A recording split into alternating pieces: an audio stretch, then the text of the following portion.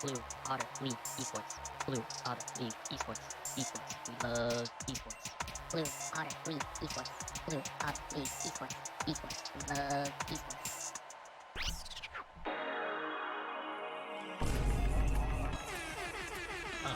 Yeah, esports. I love esports. I love esports. Yeah, esports. Yeah, esports. I love esports. I love esports. Yeah, esports. Yeah, esports. I love esports. I love esports. Yeah, esports. Yeah, esports. I love esports. I love esports. Yeah, esports. Yeah, esports. I love esports. I love esports. Yeah, esports. Yeah, esports. I love esports. I love esports. Yeah, esports. Yeah, esports. I love esports. I love esports. Yeah, esports. Yeah, esports. I love esports. I love esports. Yeah, esports. Yeah, esports. I love esports. I love esports. Yeah, esports. Yeah, esports. I love esports. I love esports. Yeah, esports. Yeah, esports. I love esports. I love esports. Yeah, esports. Yeah, esports. I love esports. I love esports. Yeah, esports. Yeah, esports. I love esports. I love esports. Yeah, esports. Yeah,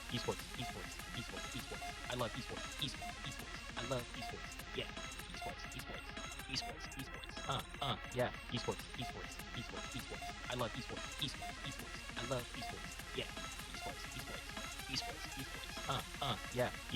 I love esports. I love esports. Yeah, esports. Yeah, esports. I love esports. I love esports. Yeah, esports. Yeah, esports. I love esports. I love esports. Yeah, esports. Yeah, esports.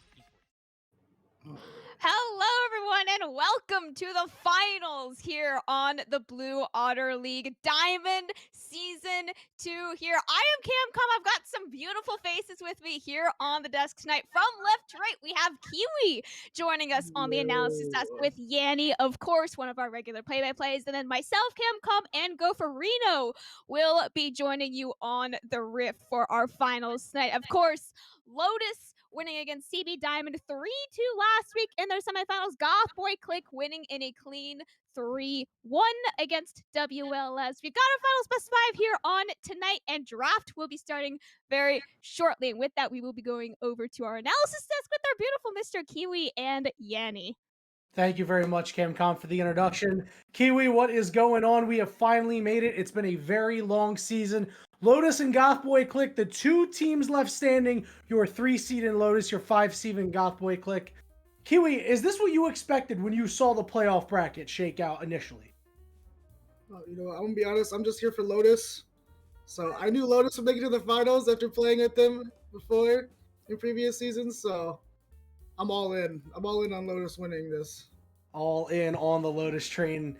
And you know what? I was all in on the Lotus train too when I first did the power rankings. That's what they're called. I had Lotus number 1. I had Goth Boi Clique all the way at the bottom at number 8. And now we are here and we have kicked things off into the draft. So far, only a couple bands crossing the desk right now. It's Xinjiao, it's Viego, and those are some junglers that, well, the opposition are very strong on. Yeah, I mean Zinzel, classic ban. Honestly, I don't think he's very strong now. I haven't seen him being picked like LCS anywhere like that. And then Jin, Alistair plays as Jin. It's one of his favorites, so it's an easy ban. I'm not too caught up on like Goth Boi Clique's roster, so you maybe are more equipped to handle the bans on that side.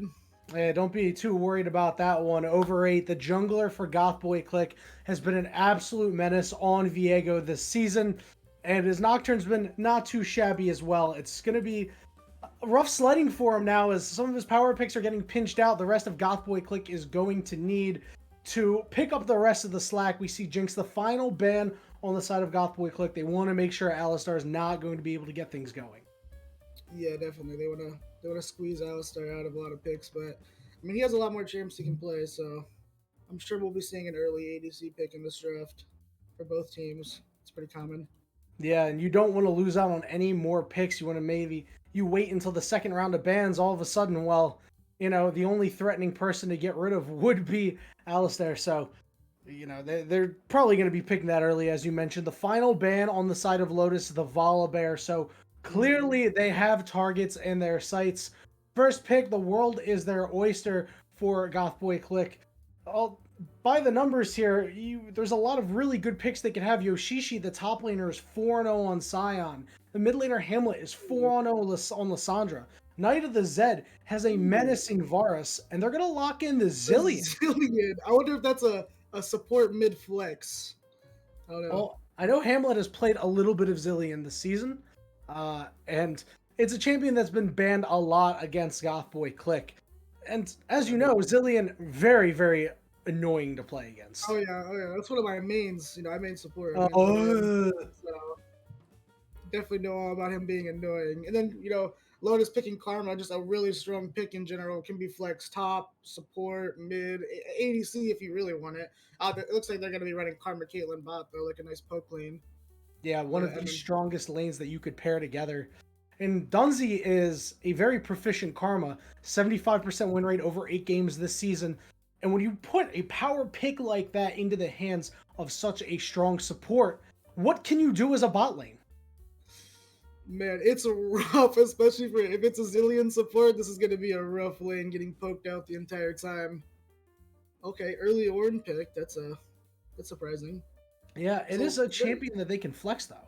They've played it mid lane. They played it mid lane last series. Wow. Yeah. It's surprising. I feel like they're getting caught up in the flexes now. You get the Zillion flex, they get the Ornn flex, they're going to get a third pick flex. Like, when does it stop? Listen, when you make it to finals, you got to flex on people, my guy, make it all the way here. But it is worrisome, right? They did play it mid in the last series, and it was fine largely, but I would want Hamlet on something a little bit better. Ornn has pretty great scaling. He's essentially scaling in a can. And they're going to round things off with the Xayah, who will be able to handle their own when it comes to poke in the bot lane. Okay, there's the Trundle. Interesting pick without. Are they going to lock it in, though? That's the question. Yeah, it's hard picking Trundle so early without, just one tank they see on the enemy team. He's going to get countered in the jungle now.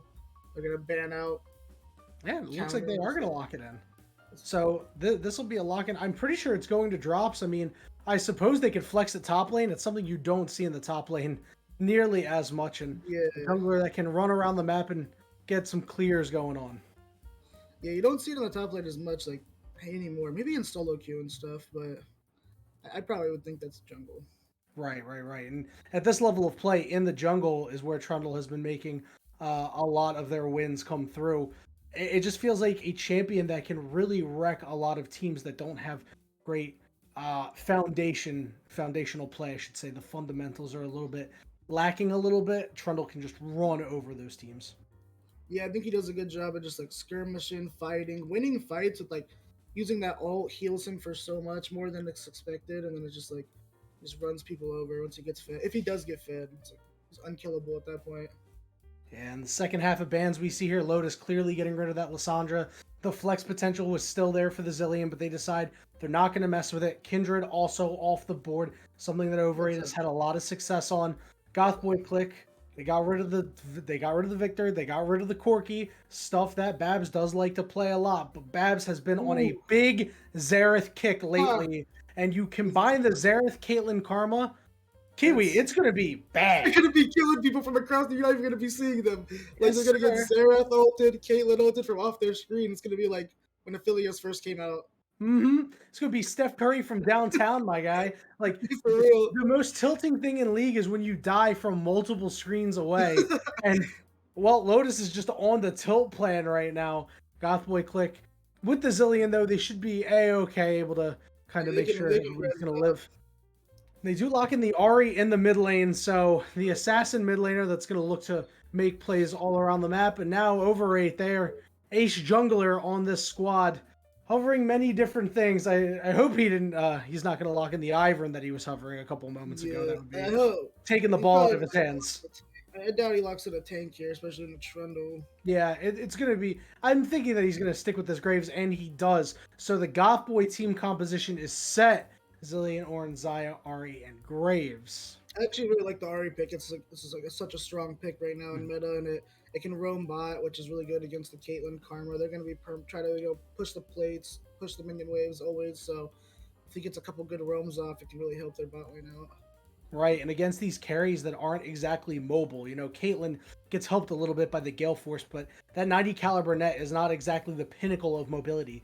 Xerath slows himself, has to root himself for his ultimate. It's going to be easy pickings for this Ahri, but Lotus with a solid response here. They get themselves their true tank and protection for these carries with the Shen pick.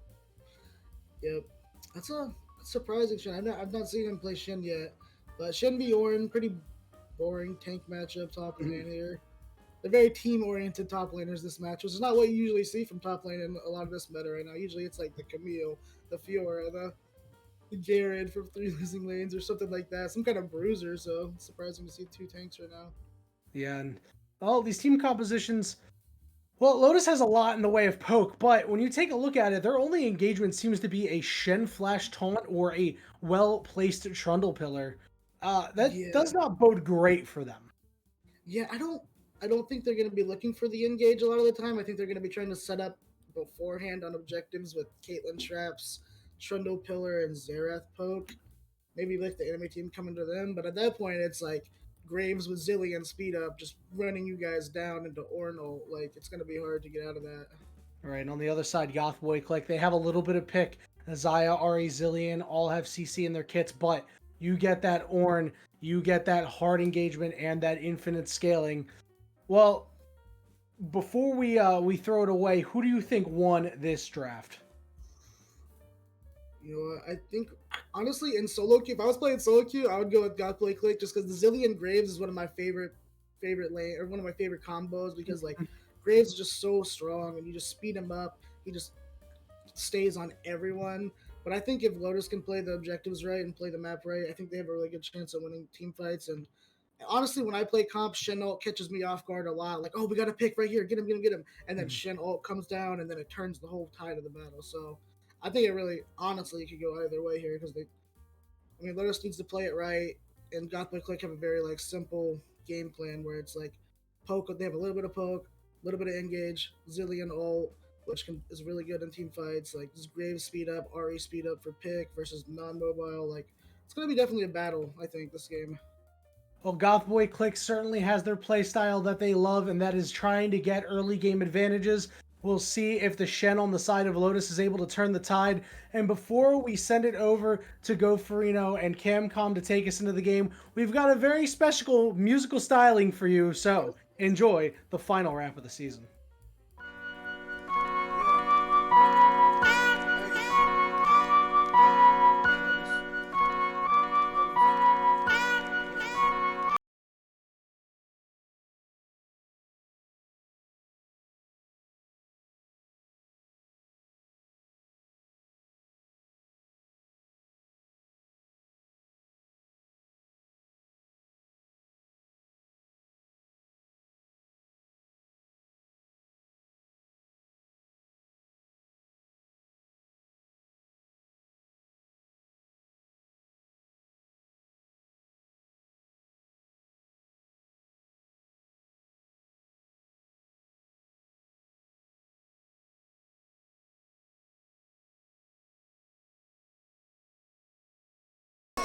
Gives me eyesores, babs in the mid lane, under quirky, making corpses. Always out trapped, shot causing sights and sources. He be cutting down your forces, make you run back to the orphanage. Look you with attitude, now you mad, gray screen, like you stuck in solitude. Alistair was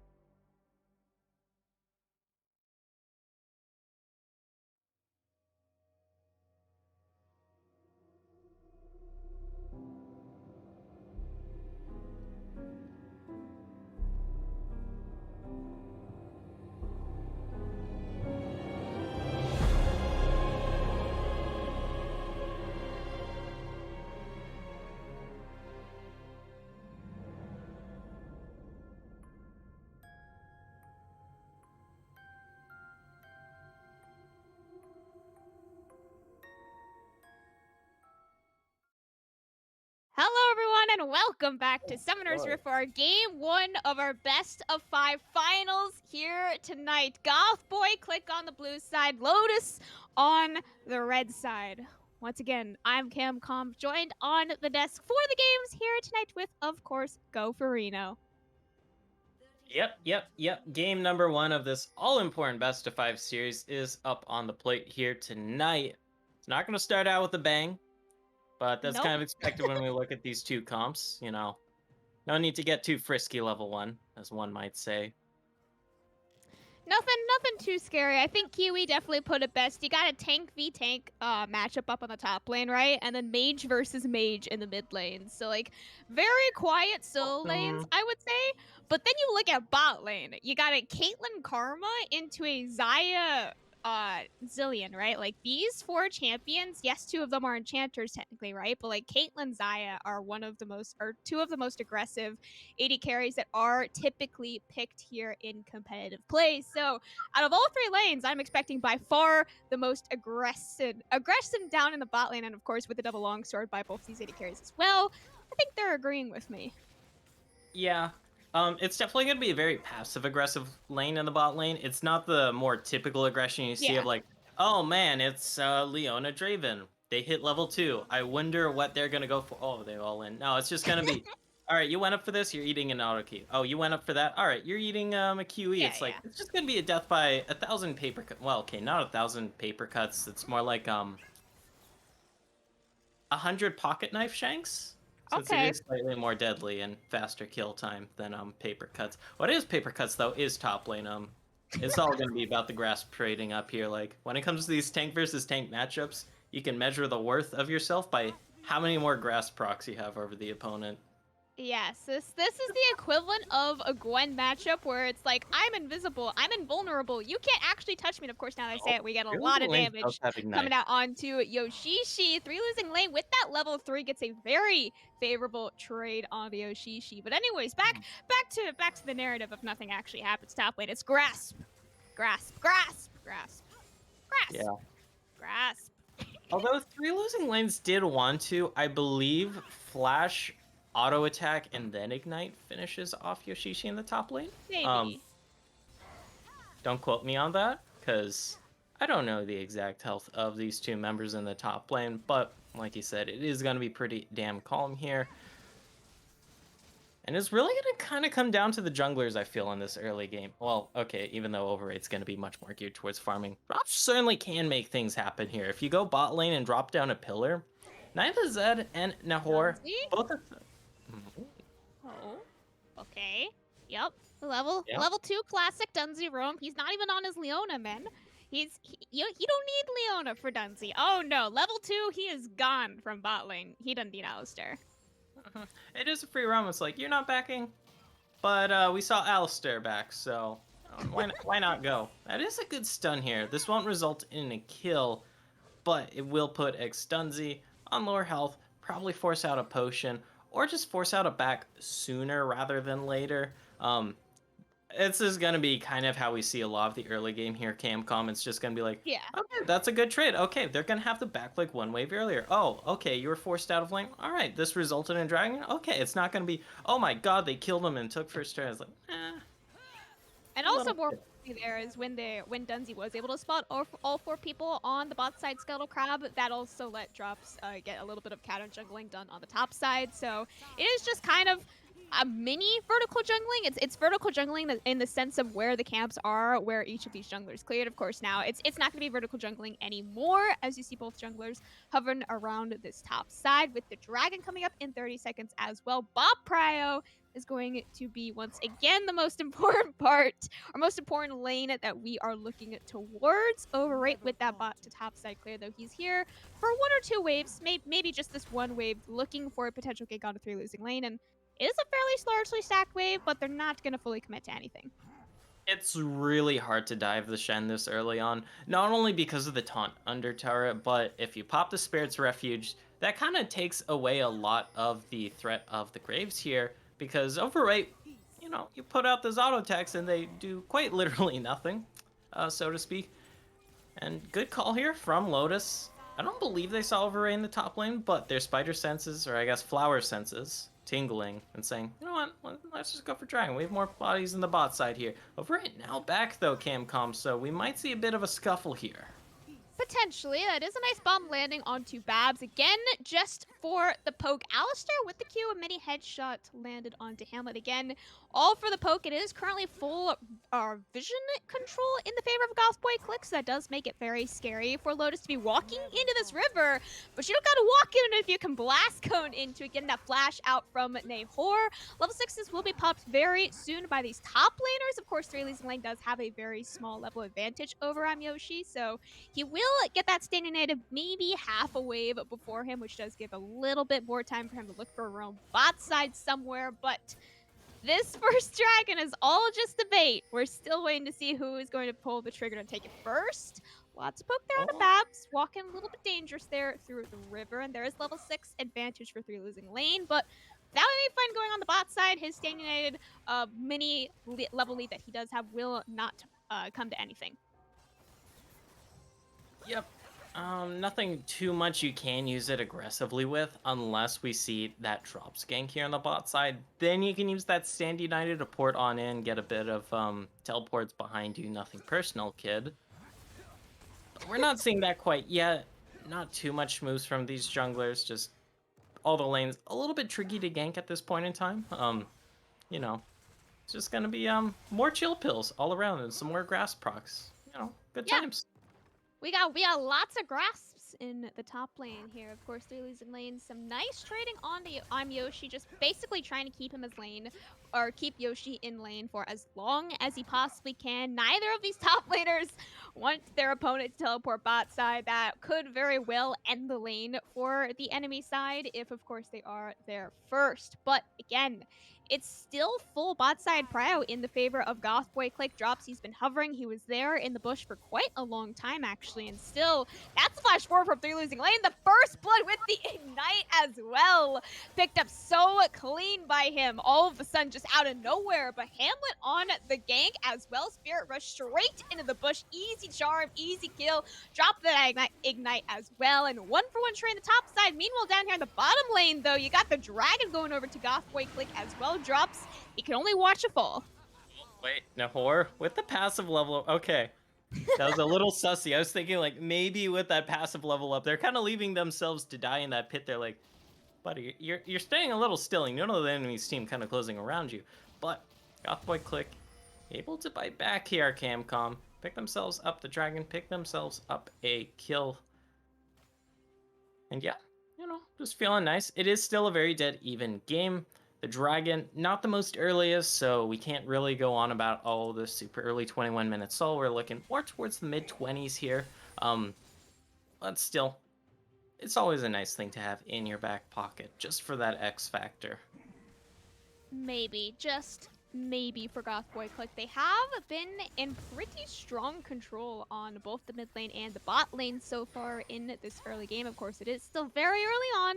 You still have a lot of time for scaling for everyone across the map here, as the first Rift Round will now be started up by Drops and Dunzi, but Nahor walking in, still not level 6 quite yet, but huge ultimate coming out from Yoshi, as well as the double block of Dunzi is trying to flash over those wall. He wants to keep his top side alive, but without enough healing, and the bomb on his head will secure the kill for Hamlet even, and Yoshi fallen down so low, but not enough damage from Karma Auto, so it's just going to be a 1-for-0, plus the Rift Round going in the favor of Goth Boi Clique. And this is why you always pop your potions. Because you get situations like this where Yoshishi able to live by the skin of their teeth or by the fuzz of their mouth here, if we're talking about Ornn. Goth Boi Clique picking up that 1-for-0 should get this uncontested early Rift Herald as well. It is first Rift Herald. Places are still on the board, so we have to keep our eye on where Overrate does want to drop this Camcom, because this early in the game, if you're able to pick up 2 plates, 3 plates, hell, maybe even a full turret with this, that will be a very nice chunk of change in your pocket and give you a nice leg up in this game. And give you that just ability to look to snowball further and further off of that. Yeah, Yeah, and most likely they do want to throw that extra chunk of change into the mid lane here, right? As you have a 2-0 Ari with Ignite. This is a very strong assassin going into the second dragon phase of this game, right? 3 losing lane going in for another 1v1 up on the top side here to Yoshi, but Overrate hovering in the bush. 3 losing lane, not 100% certain where he is, so he's not going to fully commit, but if he keeps walking up here, he will be walking straight kill. into Overrate. No Oh, flash, no taunt, nothing available, and Overrate will just easily be able to pick up his first kill of the game. Yep, and right after Well, really Overrate nice gets cleanse there by Babs. Hamlet, he's still trying to go in, but forced to flash away. Not enough mana on Babs to be able to turn that one back around, but luckily, he was able to survive at least one dive. Ooh, had the Arcane Barrage been up here in that mid lane, might have been a bit of a different story. Babs, though, not having that because of that whole top lane scuffle. But with that kill in the top lane, right after... Oh, wait. Alistair with that Well? exhaust, almost able to find the pick on the Knight of Zed, but just with that Feather Storm with the flash for Knight of Zed, with the final They Q, do he's able to get get it. the 1-for-1 right before he falls, two. drops the ball to the final auto attack from the tower as well, and in the end, 2 for 2. You got 3 losing lane teleporting down as well with top the lane. Stand United and Hamlet walking it down as well. But meanwhile, top lane, you can't just leave a rift hold up on your top side tower without anyone to protect it. And just like that, Goth Boi Clique, they got 2 kills on the bot side as well as 2 whole towers before the 11.5 minute mark on the top side. This taunt lands... Actually, 3 losing lane is Wait, able to there's land that ult, taunt actually. onto Hamlet. He wants to turn it back around to Dunsey, though. That is the target that he would be able to kill, but with the Mantra W, just so much healing on the Karma. You think you can kill her? She actually gets another 3/4 of her HP bar back. You can never actually kill her. So Overrate, with all that solo turret money in the top lane, gets the Umbral Glaive first. Glaive, not Grave. That's the champion. Which is very interesting because I know there had been quite a bit of talk around the Umbral Glaive changes. Well, I'll just call it Umbies. Never mind that because that was a little caught up. Oh no, Babs! Babs, my friend, walking way too far forward. He doesn't even get picked up by Yoshi diving into him. Instead, it is still Overrate with that full range auto attack on the Graves, able to secure his second Just kill poor onto dragon. mid laner now. Alistair and Dunsey, bomb on each of their heads. Going to be a lot of poke coming out once again from Nahor. Second dragon on the board, and without Babs on the map, you really cannot contest it for Lotus. And I mean, Goth Boi Clique, that's just a really good pick in the mid lane. You snag the enemy mid laner with their pants down just a little bit, get the free kill.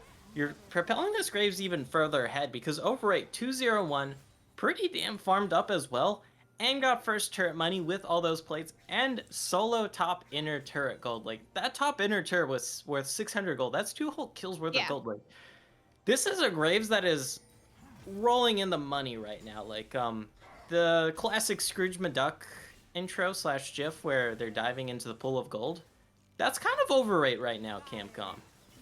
Yeah, he's got the 6,500 gold right now. Over drops his 3,700. So, you know, just a casual, 3,000 gold lead over your quote-unquote lane opponent. 4,000 gold lead in total for Goth Boi Clique over Lotus there as well. So 3 out of the 4,000 all on Overrate right now. You shut him down, you could probably take on the rest of the fight, but it's just a matter of how much does it take to shut down Overrate. Now Nahor almost landing that double bomb onto Alistair. Definitely would have killed him. I think at this point, if you have a double bomb landing onto anyone and Overrate is standing right next to you, they should be dead. Because this Graves for Overrate has a lot of early lethality. This should be like, what, upper 20s? Maybe about 30? I'm kind of guesstimating here, but this is a Caitlyn without armor, so definitely gonna be popping some fools if you do happen to land on that. That's if you do, and we did not see it there, so we're just doing a little bit of speculation here for funsies on the desk, while everything is gonna be chilling out for now, just a little bit longer, up until maybe this next Rift Herald spawns. That might be a big contention point. You pick that up here as Lotus. you can bring yourself out of this rut a little bit because you're down in dragons, you're down in gold. You're dealing with this Graves that is going to be, to put succinctly, kind of a pain in the butt to kill because there is a Zillion on the enemy team. So any bit of change you can get in your pockets, any bit of free stats you can get in your pockets to get yourself out of this rut, very appreciated if you're Lotus. But I don't know if that's the case right now. Babs getting 3-man dove underneath his bot lane tower here. Standing Knight will be able to keep him alive, though. An excellent pillar coming out from drops as well will force that flash out from I'm Yoshi. And it looks like it will be the full disengage from the rest of the squads here. But you got the flash out from Yoshi for really only Standing Knight being burned, but now Alistar 1v2 underneath the mid lane tower is able to dodge out the Feather Storm pull back through. Losing lane going back in on the bot side, though, with the Zerathel coming down. That will be the shutdown with the bot 200 picked up by 3 losing lane, and I'm Yoshi will fall immediately after Hamlet not having that Spirit Rush available or flash for the next couple of seconds. He will be fine for now, but next dragon up in 2 minutes. You could get a nice double pick on the top side, but you got to do that again before the next dragon. Lotus picking up a very nice 2-for-0 in the bot lane there, including getting that shutdown. Although 3 losing lanes now has 5 out of their 6 teams' kills. You know, definitely could argue that maybe you'd want some kills on Drops or Babs or Alistar, but you will take that. That is a free 2-for-0 and that big old shutdown. Like you said, there is no dragon to pick up. You are on that bot side, so it's not like you can really easily transition that into this Rift Herald that's being taken right now. So it is purely just a gold play. It's not the classic, oh, we got some kills, we translate that to injective afterwards, because it's just kind of simply not an option. Yeah, it's just, we get 2 kills, we get 1 shutdown at least, and that's about as much as we can actually do with it. So it is still that about 2,000 gold lead in the favor of Goth Boi Clique here, with that second Rift Herald being picked up as well. Luckily, is not contested by Lotus. The classic, don't fight for second Rift Herald if you are behind. So both the Rift Heralds now picked up by Overrate, as well as the first 2 dragons. So every single early objective at least has gone in Goth Boi Clique's favor. Now again, it is the same question as before. Where do you drop it, mid lane or bot lane to get these last outer turrets still on the map? We got 35 seconds to soul point for Goth Boi Clique. Lotus, they are desperately trying to stop the dragon stacking. Yeah, if Goth Boi really want to try something Galaxy Brain, and they had the wave set up in the top lane, they could have actually put the Rift Herald in the top lane, since it is much harder to contest it there. There is no teleport. It is just the Stand United. That's not pushed up, though. They drop into the mid lane. This should pick up the turret. Oh, no, it actually does. Turret, but that final auto attack, unfortunately, will not land in time. So the turret lives with just a sneeze worth of HP left. Someone walks up, they just boop it, and it will eventually fall. But now Dragon is up, 3 losing lane, up there in the top side. He has a Standing Knight. I'm Yoshi also has his flash, but Standing Knight, of course, having a slightly lower channel time, will get him here sooner if they are looking to fight that. The minion wave will be able to take that final outer turret there in the mid lane. They were able to be the ones to sneeze on it. Drops with the level disadvantage is going to be at a slight disadvantage here going into the dragon. It does reset now. Walking back into Goth Boi Clique, and there's the engage. There's the double knock, but there's the flash coming on the backside there as well. Hamlet, he sees up. He's still trying to go back in the line, but with the Chrono Break as well, he is able to live for a little bit longer through losing lane in the back line, buying so much time for the rest of Lotus, but there's no damage to follow him up. He is only here to buy time. The dragon goes in the favor of Goth Boi Clique as well, and just like that, 3-for-1 plus dragon once again in the favor of Goth Boi Clique. And Lotus, they tried starting off that dragon first here, Camcom, and we saw 3 losing lane, quote-unquote, match the Yoshishi teleport with their Stand United, but there was literally no value out of that Stand United. Yeah. Drops ran away, so that entire shield was just there as kind of a cosmetic item, but instead of looking pretty, it kind of looks a little sad, because when you have that big of a shield, you kind of want to make use of it. And it backfires so terribly for Lotus here, who are already on the back foot. Now there's a soul point here for this enemy team, Goth Boi Clique. They have this huge money lead, and playing from behind against this Zillion is going to feel so terrible, because when you do finally get a pick, did you really get a pick, or did you just take out the Zillion ulti? Yes, you gotta not only get one pick, but you gotta either get a pick when Zillion isn't there, or two picks on top of the same target, right? So it's just even more gold going into the favor. They are back at their 4,000 gold lead after that last strike fight. All of a sudden now objective bounty spawning pre 20 minutes for Lotus here in the game one as well. So just that little bit of extra, maybe we can come back type of thing, right? They are still going to be able to scale with the top side. Of course, Xerath, 30 minutes. He's going to be doing crazy damage. You just got to be able to keep him alive for that long, right? Baron is now on the map. That could be the next, I don't want to say the next target for these teams, but the next threat point for both of these teams, right? You got to start at least thinking about it. Because, giving up Dragon Soul when you're already behind, kind of a big deal. You know, small deal. Alright, getting a little too far forward. Does, of course, have Nahor in the area. They are at this pretty far ahead Graves. They have 2.5 items completed here and are working towards even more survivability with this Kindle gem. Probably going to be the Death Stance, I assume, because that item considered a little bit strong right now by multiple sources. So, going to give you even more survivability on this Graves that is kind of already a bit of a tricky situation to kill. Yeah, it is funny, right? I think it was Night of the Zed last week on Otter Feud for the most no, it was most balanced items, actually, that he said Death Stance as his very first guess, which was unfortunately incorrect, as apparently no one else thinks Death Stance is. But here he is, Night of the Zed, and facing the item that he either loves or hates the most, depending on how you want to look at it. We got the Grasp 1v1 going on the bot side here now. 3 losing lane with the 1 level lead over I'm Yoshi. Has a large damage advantage over the Ornn here with that taunt going in here as well. He buys a lot of time before entering underneath the tower, and the Ignite is just going to be enough damage to get the 1v1 solo kill outplay for 3 losing lane on the bottom lane. And people do always underestimate Shen damage because, oh, hold that thought, because there's the pop. Aurelia coming out from Nahor here in the mid lane is forced to flash away, as well as Knight of the Zed burning heal. That was a lot of summoner spell cooldowns for just a couple of speed ups. For another pillar. Oh, Overrate does have a flank. Hamlet is not in the area though, so this is not going to be a double threat flank. I believe Yoshishi Hamlet does and have Overrate have very long flanks here. Drops kind of left to die with Overrate. Dunsey with that final speed up on the Drops will be able to keep him out alive, but Flash, he's charm. not able to keep him out from Hamlet for as it. well with that flash charm through losing lane, standing and cutting from the Call the bot full side. shot is available. Will just about be able to keep Drops alive. Hamlet flash plus ult Wait, they're plus going to ignite Baron. down. No kill found, but instead they're looking to turn that onto a potential Baron bait here.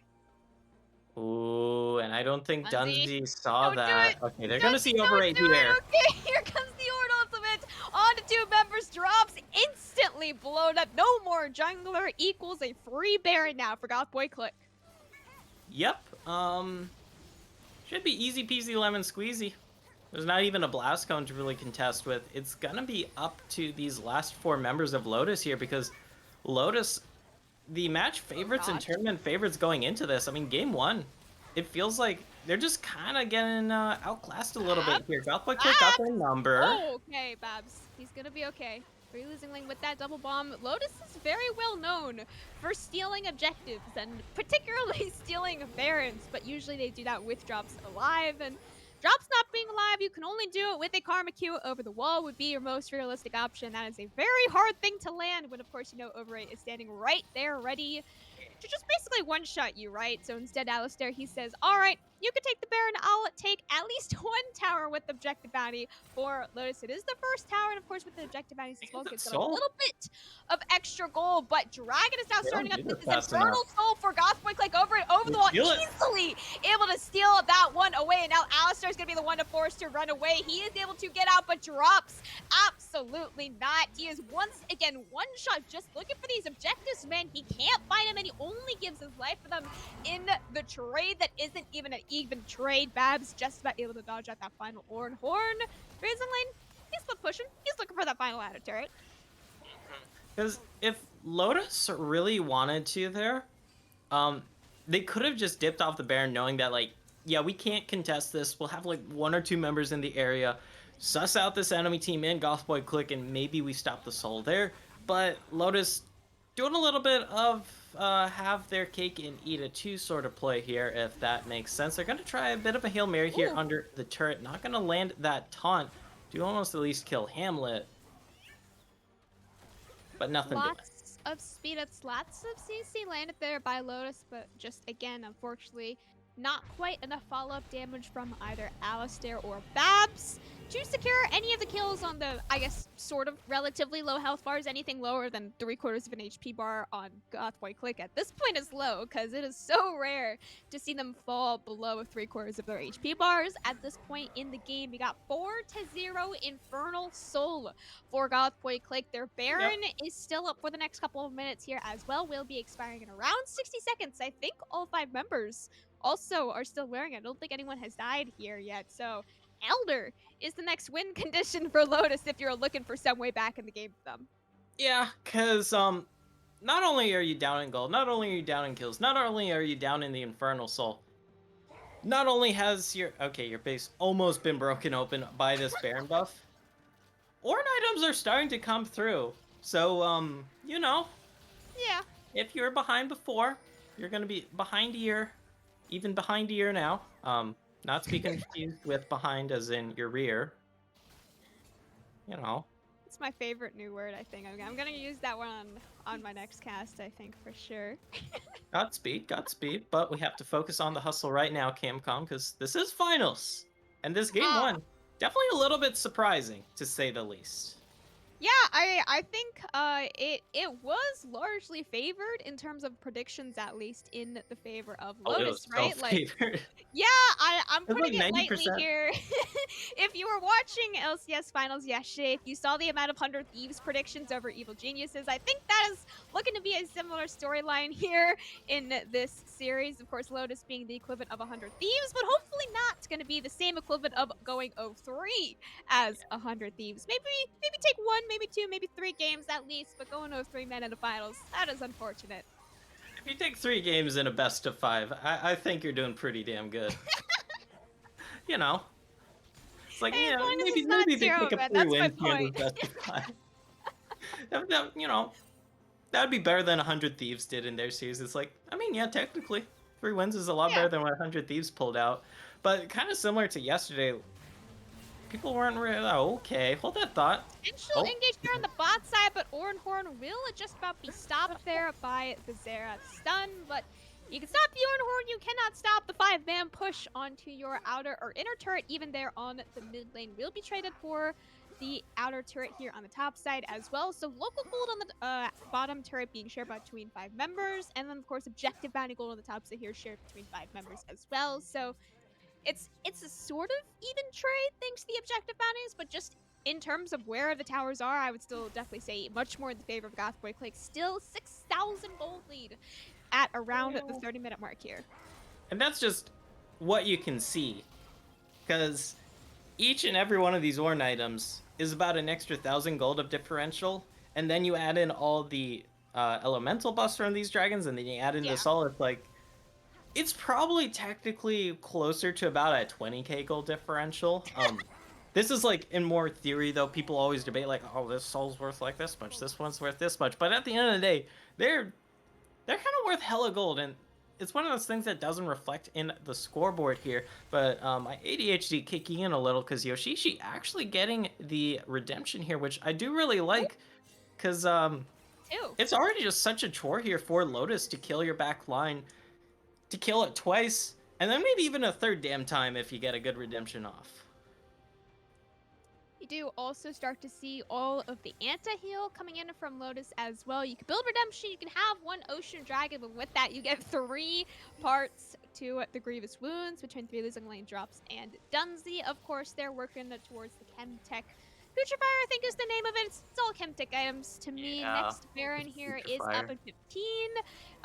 First Elder Dragon of the game will be up in 50 seconds. So Baron definitely going to be the target here for Goth Boi Clique. You bait them in, you kill them, you take 1, you probably take both if you're able to win the fight right here. For either team is a huge gold swing if Lotus is able to pick it up first. Aurelia pop very early on by Dunsey, making sure that the losing lane isn't going to be caught out this early on into the team fight here. Minion wave in the mid lane It's gonna try to be shoved out by Lotus. I think more successfully shoved out by Goth Boi Clique. Baron is now on the map. You got less than 20 seconds to Elder, and that is gonna be when the 50-50 start coming out. Which 50-50 do you Lane's start doing first? 3 good. losing lane is forced to walk forward a little bit. They're almost gets hit by the charm. Could have been very devastating for Lotus if he was hit by that. And at this point, it is all in the hands of Goth Boi Clique. Which one do they go to, and which one do Lotus end up following them to? They have the full control of both sides, and they don't even need to bait Lotus into either one of them. You see Overit currently soloing down the Elder on his own. this Lotus, smoke. they have to engage right now when they have the tiny numbers advantage until Overit makes it back. It is 4k Not able to HP get left in? on the Elder. They have to engage. They have to do it right now. Poke someone out. Get a kill. Hamlet on the Alistar, keeping him out of the fight. 2,500 All the HP juice left in the on the tank? Elder. Redemption coming out, and it's gonna go over to Overhate even. That's He's one. able to smite it Oh, out, and with the 5 Thorn? stack Elder, it is just a matter of time before the rest of Lotus falls. It's a double kill for Knight instead. Flash it forward. You got the heal coming out as well. Babs, last member alive for Lotus. Nowhere left to run. He's hugging his chickens. He's hugging his rug buff. They will not be able to keep him alive for long. And just like that, 5-for-0 ace for Goth Boi Clique.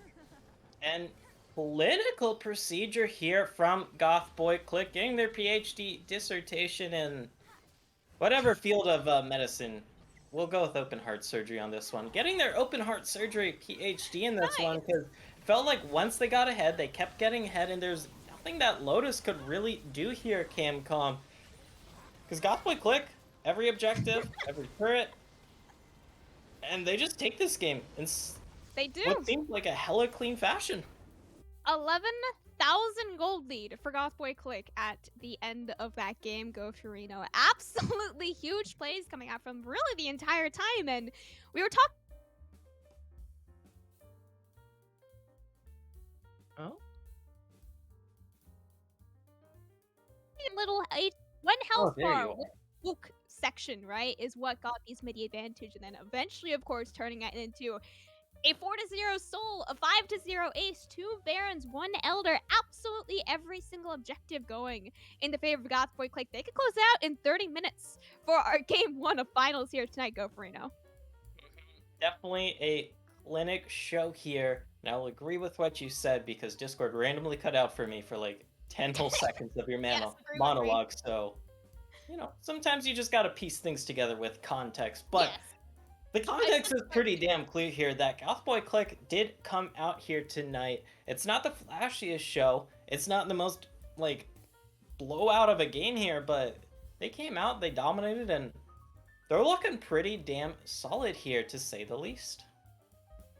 Yeah, for sure. And with that, we will have to start looking at towards our game 2 for tonight. Of course, this is a best of 5, not a best of 3. Best of 3s go in the favor of Lotus. Best of 5s are still our question mark of the day. Don't go anywhere. We will be right back with your game 2 of finals here very shortly.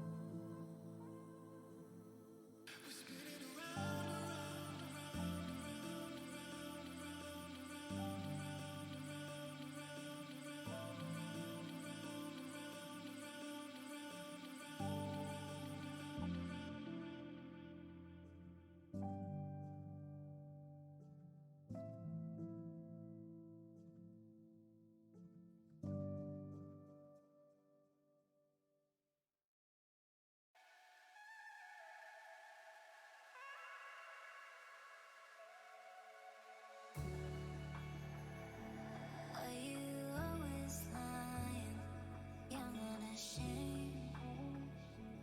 I know why you're hiding. You always win. You're so kind to in every way, but I know you.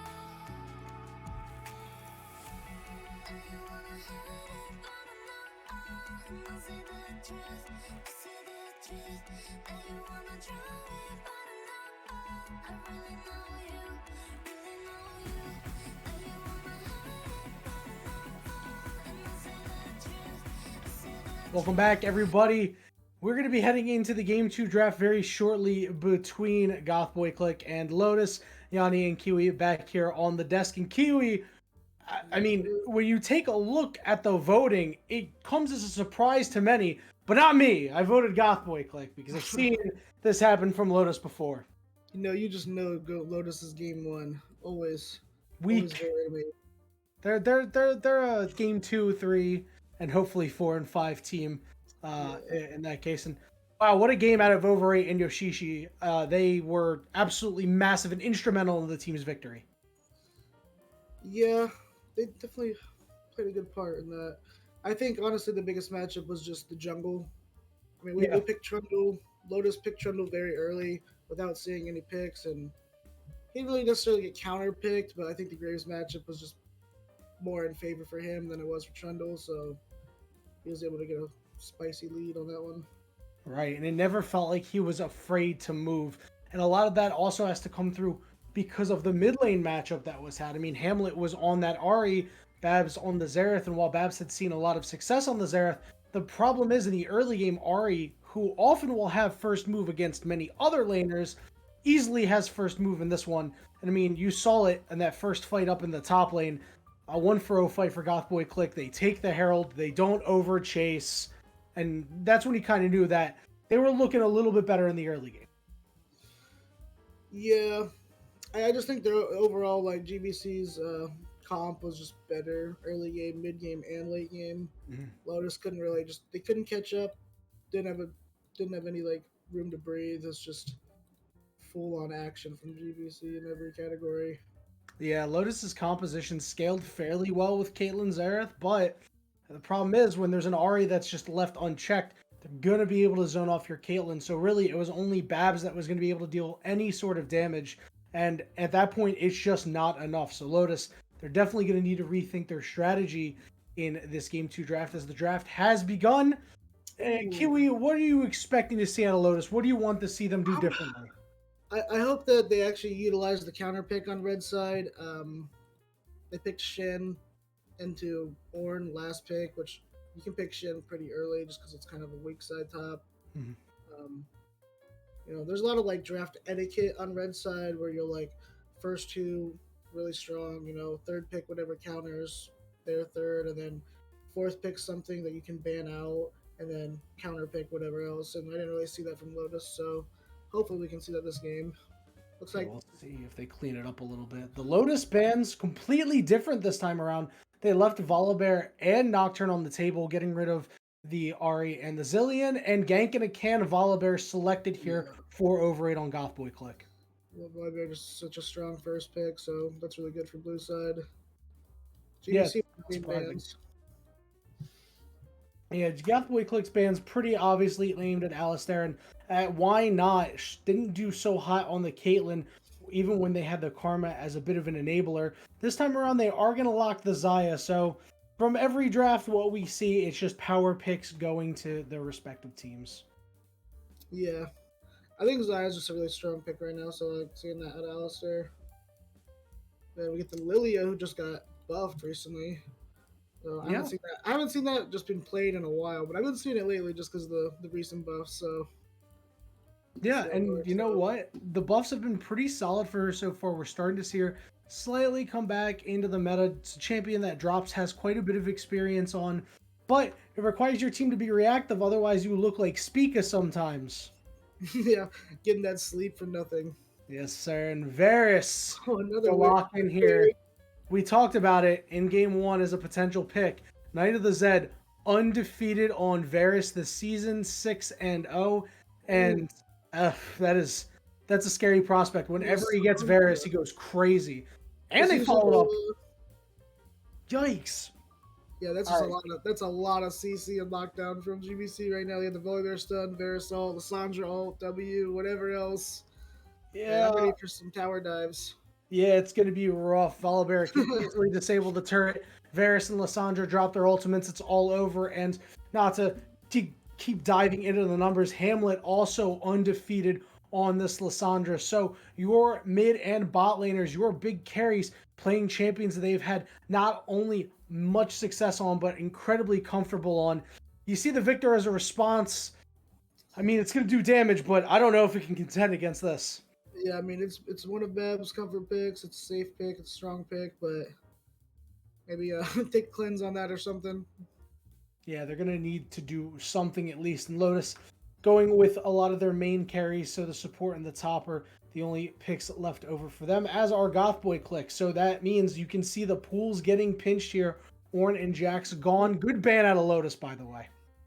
Yeah, I think Ornn late game, his ornaments are just, they help their team scale so much, so that's a good ban.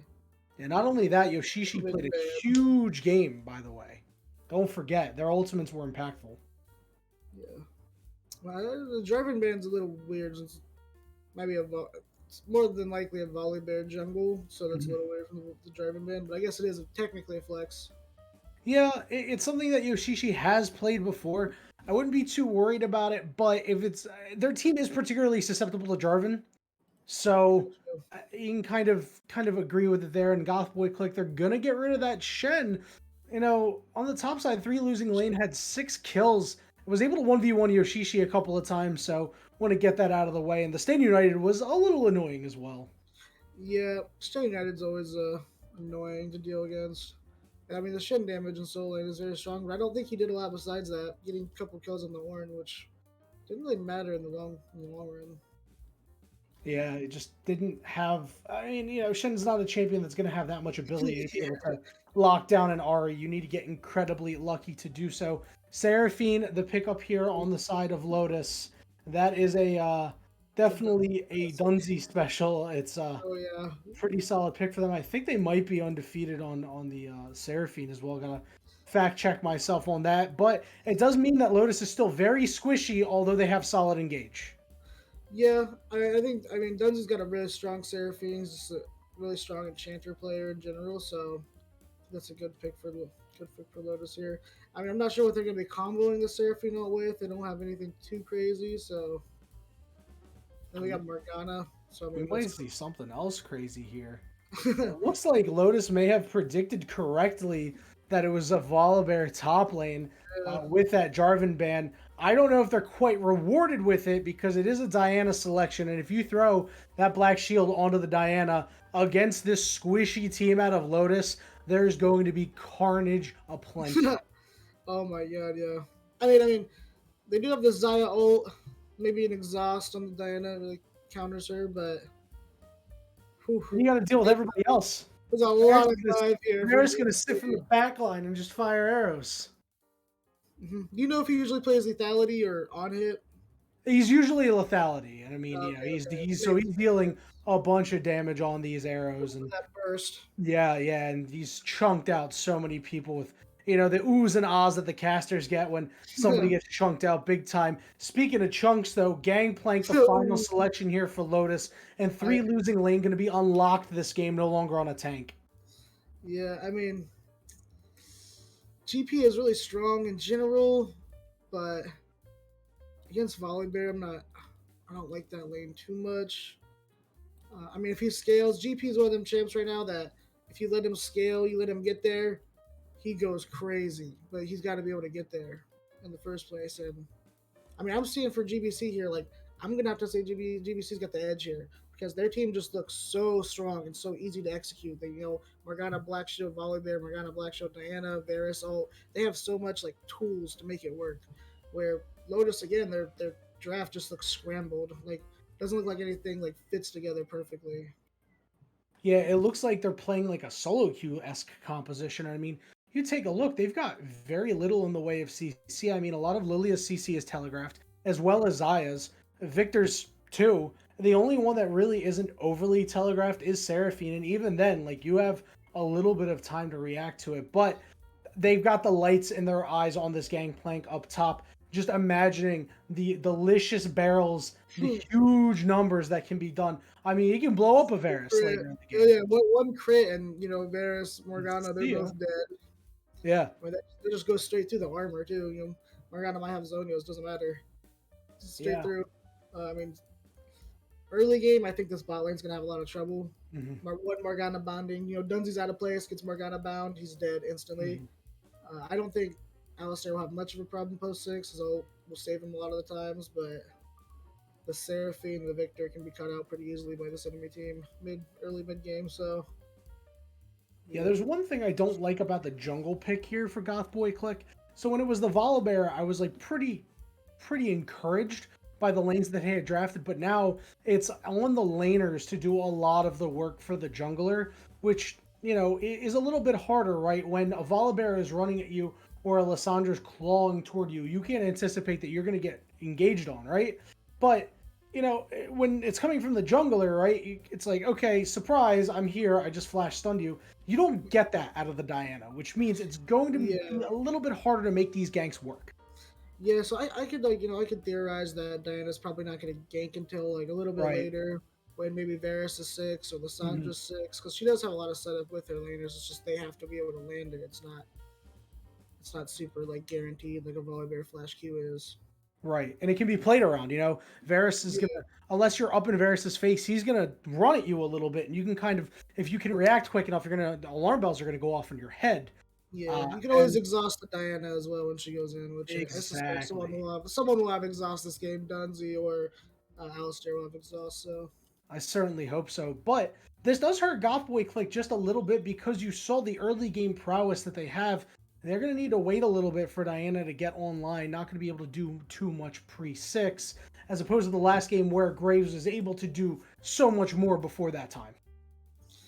Yeah, I agree. I think, I think Diana, she needs like, one item at least, 1.5 items. She needs that ult.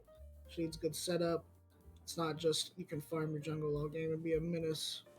And, so that's a little bit different. I think Lilia is like actually pretty decently strong right now at farming and the damage. So, I mean, I haven't necessarily seen Lilia in comp for a while, but, I trust drops on whatever he plays if he's confident in it.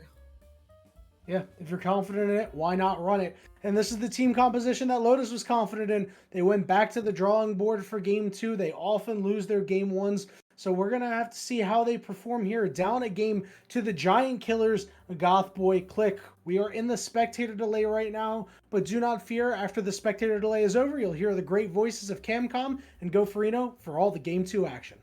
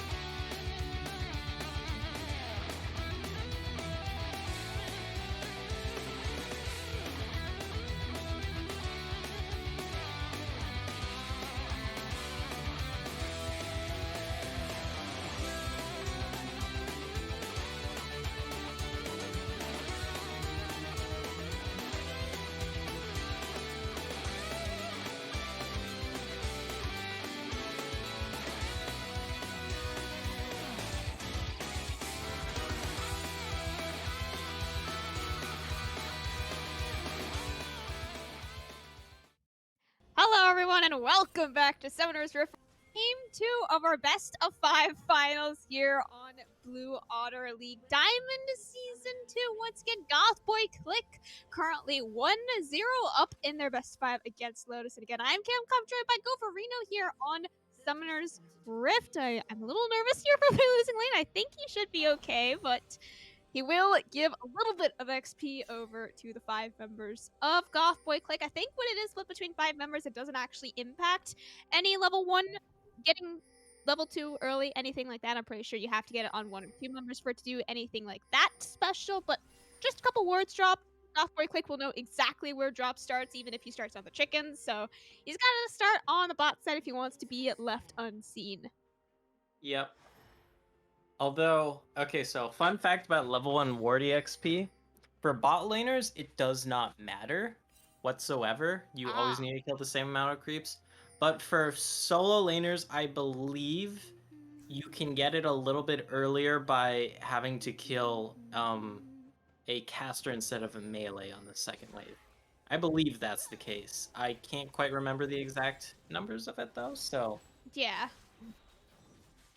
It's like, it gives just such a small amount of XP when it is quite literally shared between 5 members, right? So if I am remembering it correctly, which of course I could definitely be remembering it wrong, then yeah, I'm pretty sure it just doesn't affect any level 1, level 2 level ups like that. It has to be some sort of smaller amount than all 5 players combined. Now, looking across their lanes here, Gopherino, it's no top tank v tank. We only have 1 grasp up here, so it's not as much grasps in the top lane. It's only 50% of the grasps. You still got the classic mage versus mage here in the mid lane. Babs once again opting for that cleanse that he did take last game as well. And still Xayah instead Varus in the bot lane this game. So maybe some more poke. Again, don't think there's going to be any huge kill threat between either of these bot lanes. But again, just huge amounts of poke.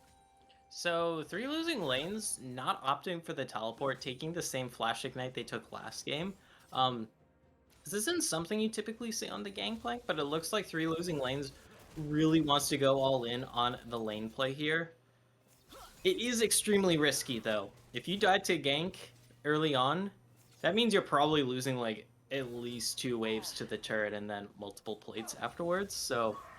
3 losing lanes gonna be playing with some fire here in the top lane if they do eat up a gank. Thankfully, Overrate as the Diana jungle. Not the most potent early ganks, to say the least. Gonna be really relying on Yoshishi to be landing those big old bear paw stuns. Yeah, definitely some early game ganks here from either junglers or, of course, supports here. Dunsey, you cannot forget about the level 2 roam. Every single game, Dunsey, he hits level 2.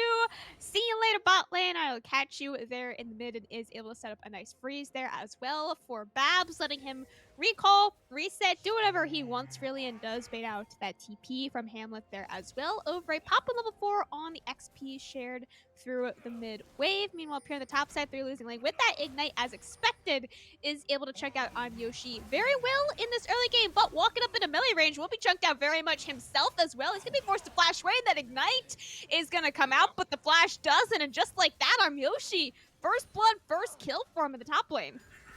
And that's huge because that doesn't cost any jungle resources due to that. That's a pure solo kill. 3 losing lanes, not even able to win that committing the ignite, because 3 losing lanes did walk up into range of Yoshishi. Yoshishi able to get that big old shield, able to get the big old pair boss stun on down, and getting a solo kill is so nice with how 3 losing lane was kind of just bullying around Yoshishi. It is expected, Gangplank into melee matchup, you just use the parlay Q to poke out the melee, you have barrels to zone them on out, but we did not see that there. What we do see is Hamlet in a bit of a pickle here. Hamlet walking very Ooh, far forward flash. towards those chickens. Does end up trading out the flash from drops for his own flash there. Yeah, very, very dangerous positioning there from Hamlet. I think he was just trying to steal a couple chickens, but he just stayed there for far too long. So does at least trade out the flash from drops for his own, and luckily does not die for it in the process. First dragon will be up here in a couple of seconds. You see Overrate is the first jungler here on the bot side, but between these 2 junglers, both of them are really just farming to level 6, so we might see the first dragon at the 7 or 8 minute mark. We could, yeah. Of course, could see it a little bit earlier if there's a similar situation to last game where it's like Okay, Yeah. one of us showed top, the others in bot. They grabbed dragon. Of course, last game, even though that situation occurred, the dragon was not actually taken then. Did take about another minute or two, I believe. Can't recall exact numbers, but that's usually the general vibe, so to speak, as the youngins say nowadays. Oh yes, my favorite word right there. Thank you very much for that. Gabarino. Drop showing topside does mean that they can start an earlier dragon here, though. Yoshi does not have flash or ignite now, as he does try to flash forward onto 3 losing lane, and flashing straight into Drop's melee range will be able to give him that return kill from the first outplay kill that he had, level 2. So now level 5 will be shared between the top side here of Lotus, but of course, traded for that will be that first dragon on the bot side for Goth Boi Clique. So, classic trade for trade. You do kind of wish that 3 losing lane had got that kill there to really let your Gangplank snowball, because Gangplank does scale up like a monster. You do Yeah. still take that though. It is free farm, it is an assist, so you'll take it at the end of the day, especially over just not getting a kill. So, but it does of course result in the thing I was talking about earlier, where it's like, okay, their jungler showed top, our jungler's bot. Yeah. Let's grab a dragon, you know, just sit on that for a while, get a free little stack, sit on that. It's an ocean dragon. You'll be recovering a little bit of HP, a little bit of Gatorade. Sip, sip. Definitely do not need level 6 if you know that the enemy jungler is on the top side, but I mean, or even a kill for the enemy jungler is not the greatest thing in the world if you are over 8. Next dragon on the board will be that mountain, so TDS isn't here, so he can't hate on the Cloud Soul. Gofreen, are you a Cloud Soul hater? No. Okay, I good. literally, so when the dragon rework first happened, and everybody was calling it the clown dragon, me and my friends from high school actually made a cult dedicated to it called Church of the Clown. And I actually have an emote on my Discord server with them that I do use from time to time called Clown. It's literally just a small icon of the cloud dragon. I absolutely love the cloud dragon, actually. Like, That's even in its earliest great. incarnation.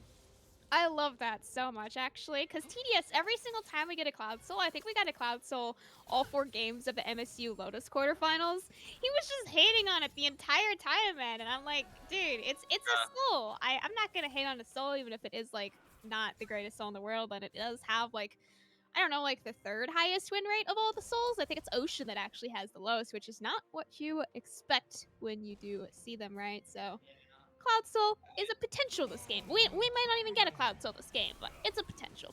Yeah, I know soul win rates are like roughly pretty close-ish. They're Because I all within the distinctly 80% remember, margin, so yeah, like there's a bit of a noticeable difference. It is a significant difference to put in statistical terms, but at the end of the day, it's like if you're getting the soul, that already boosts your win rate up by such a huge amount.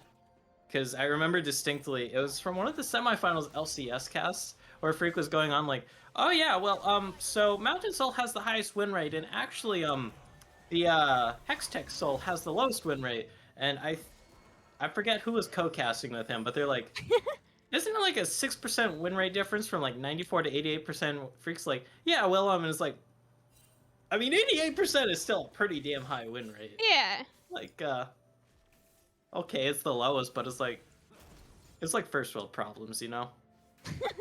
First world, oh no, I don't have a 90% win rate with my soul. Instead, 3 losing lane, man. Mama. I didn't even get a chance to talk about that one, man. He is just one shot with the Flash Moonfall coming out from Overraid, and with that, they are, I was gonna say able to drop the first Rift Herald, but I guess it is only that, just able to drop it. They're not going to actually drop it there on the top side. Instead, Yoshi going to get that free recall back in time before 3 losing lane will be to get there. So most likely, I would predict that first Rift Herald will be dropped in the mid lane with Hamlet instead. Potentially, I mean, Hamlet does have the Frozen Tomb. Like, when Yeah. Lissandra has Very ultimate, junglers just love that so much because it's like, the Lissandra sets up for you so easily, and the Lissandra player does not mind if you take the kill because, you know, you pick Lissandra mostly for the utility. You have You have some decent burst. You have some nice engage. That's a nice root into Really the nice chain. root landed there onto Alistar. Is forced to use the Feather Storm as well as the Cleanse, but is going to zone out Knight of the Zed there Look at as this well. kill. Through this lane.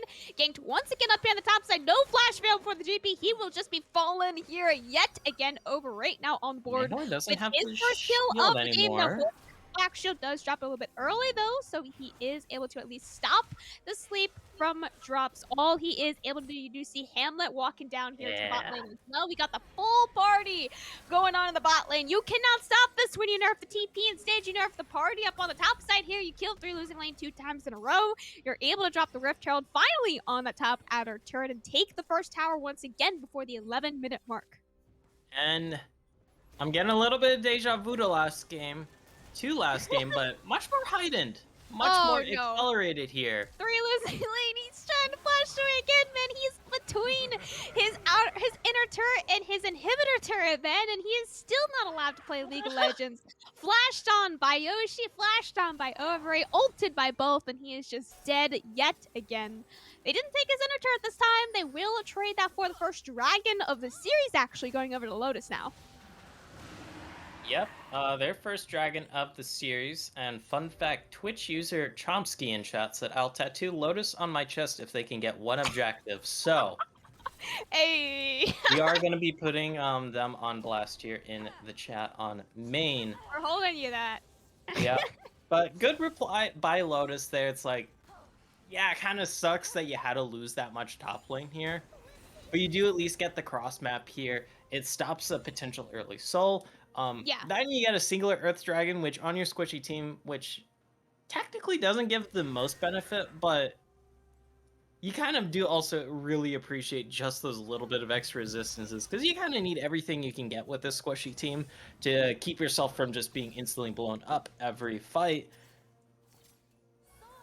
And that was like the biggest problem for game 1 here for Lotus, right? Was the super early dragon stacking plus soul. It was what, like a 25-minute, maybe even before that point, soul, infernal soul for Goth Boi Clique in game 1 of the series. So the fact that they're at least able to stop a pre-25-minute soul will at least benefit them a little bit more than they had in game 1. Still, every single kill for Goth Boi Clique right now is between Yoshi and Overy, and all 4 of those deaths are on 3 losing lanes. So it's not some huge gold split between Goth Boi Clique. Oh no, it is entirely between Yoshi and Overy, at least at this point in the game. So I was just gonna say, if you could pick them out, that's a shutdown going on, at least someone important for Lotus, and taking it more importantly away from an important member of Goth Boi Clique. Because Lotus, they kind of need everything they can get with this Oh, Babs, he tried to flash away, but you cannot flash Yeah. away from the Frozen Tomb. Just like you said, the favorite lane for any jungler to gank. If you get sleepy, but you cannot get killed. Drops flash before, just about has enough damage to get that final shutdown. Dropped onto Overy, and with the final W, he's able to get the double kill underneath the tower, giving his life for the 2v2 between the mid and jungles. Yep. I mean, you will take that here as Lotus. You were pretty damn far behind, and even now it's like you are still on a bit of a noticeable back foot, but it was like a 3.5k gold differential when we saw like those dives up in top lane between top inner and top inhibitor turret.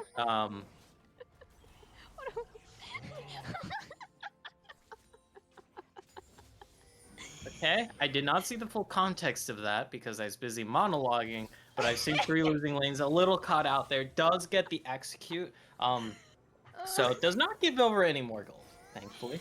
No, dude, not anymore. Still 30 CS lead right now for Yoshi. He just has full free reign of the top side man drops. He is forced to not only bring Babs up to clear his red buff, but also smite his red buff just to make sure that Yoshi doesn't get to steal it, or even worse, kill either him or his mid laner. And that's just the sheer power of Yoshi against 3 losing lane in this 1v1. He chased him to mid lane, he forced him to execute, and now he just gets to go bully drops out of his own jungler. Bot side, meanwhile, we've had a very chill bot side. Nothing has happened. Literally nothing. We are 0-0-0 across the board down here right now.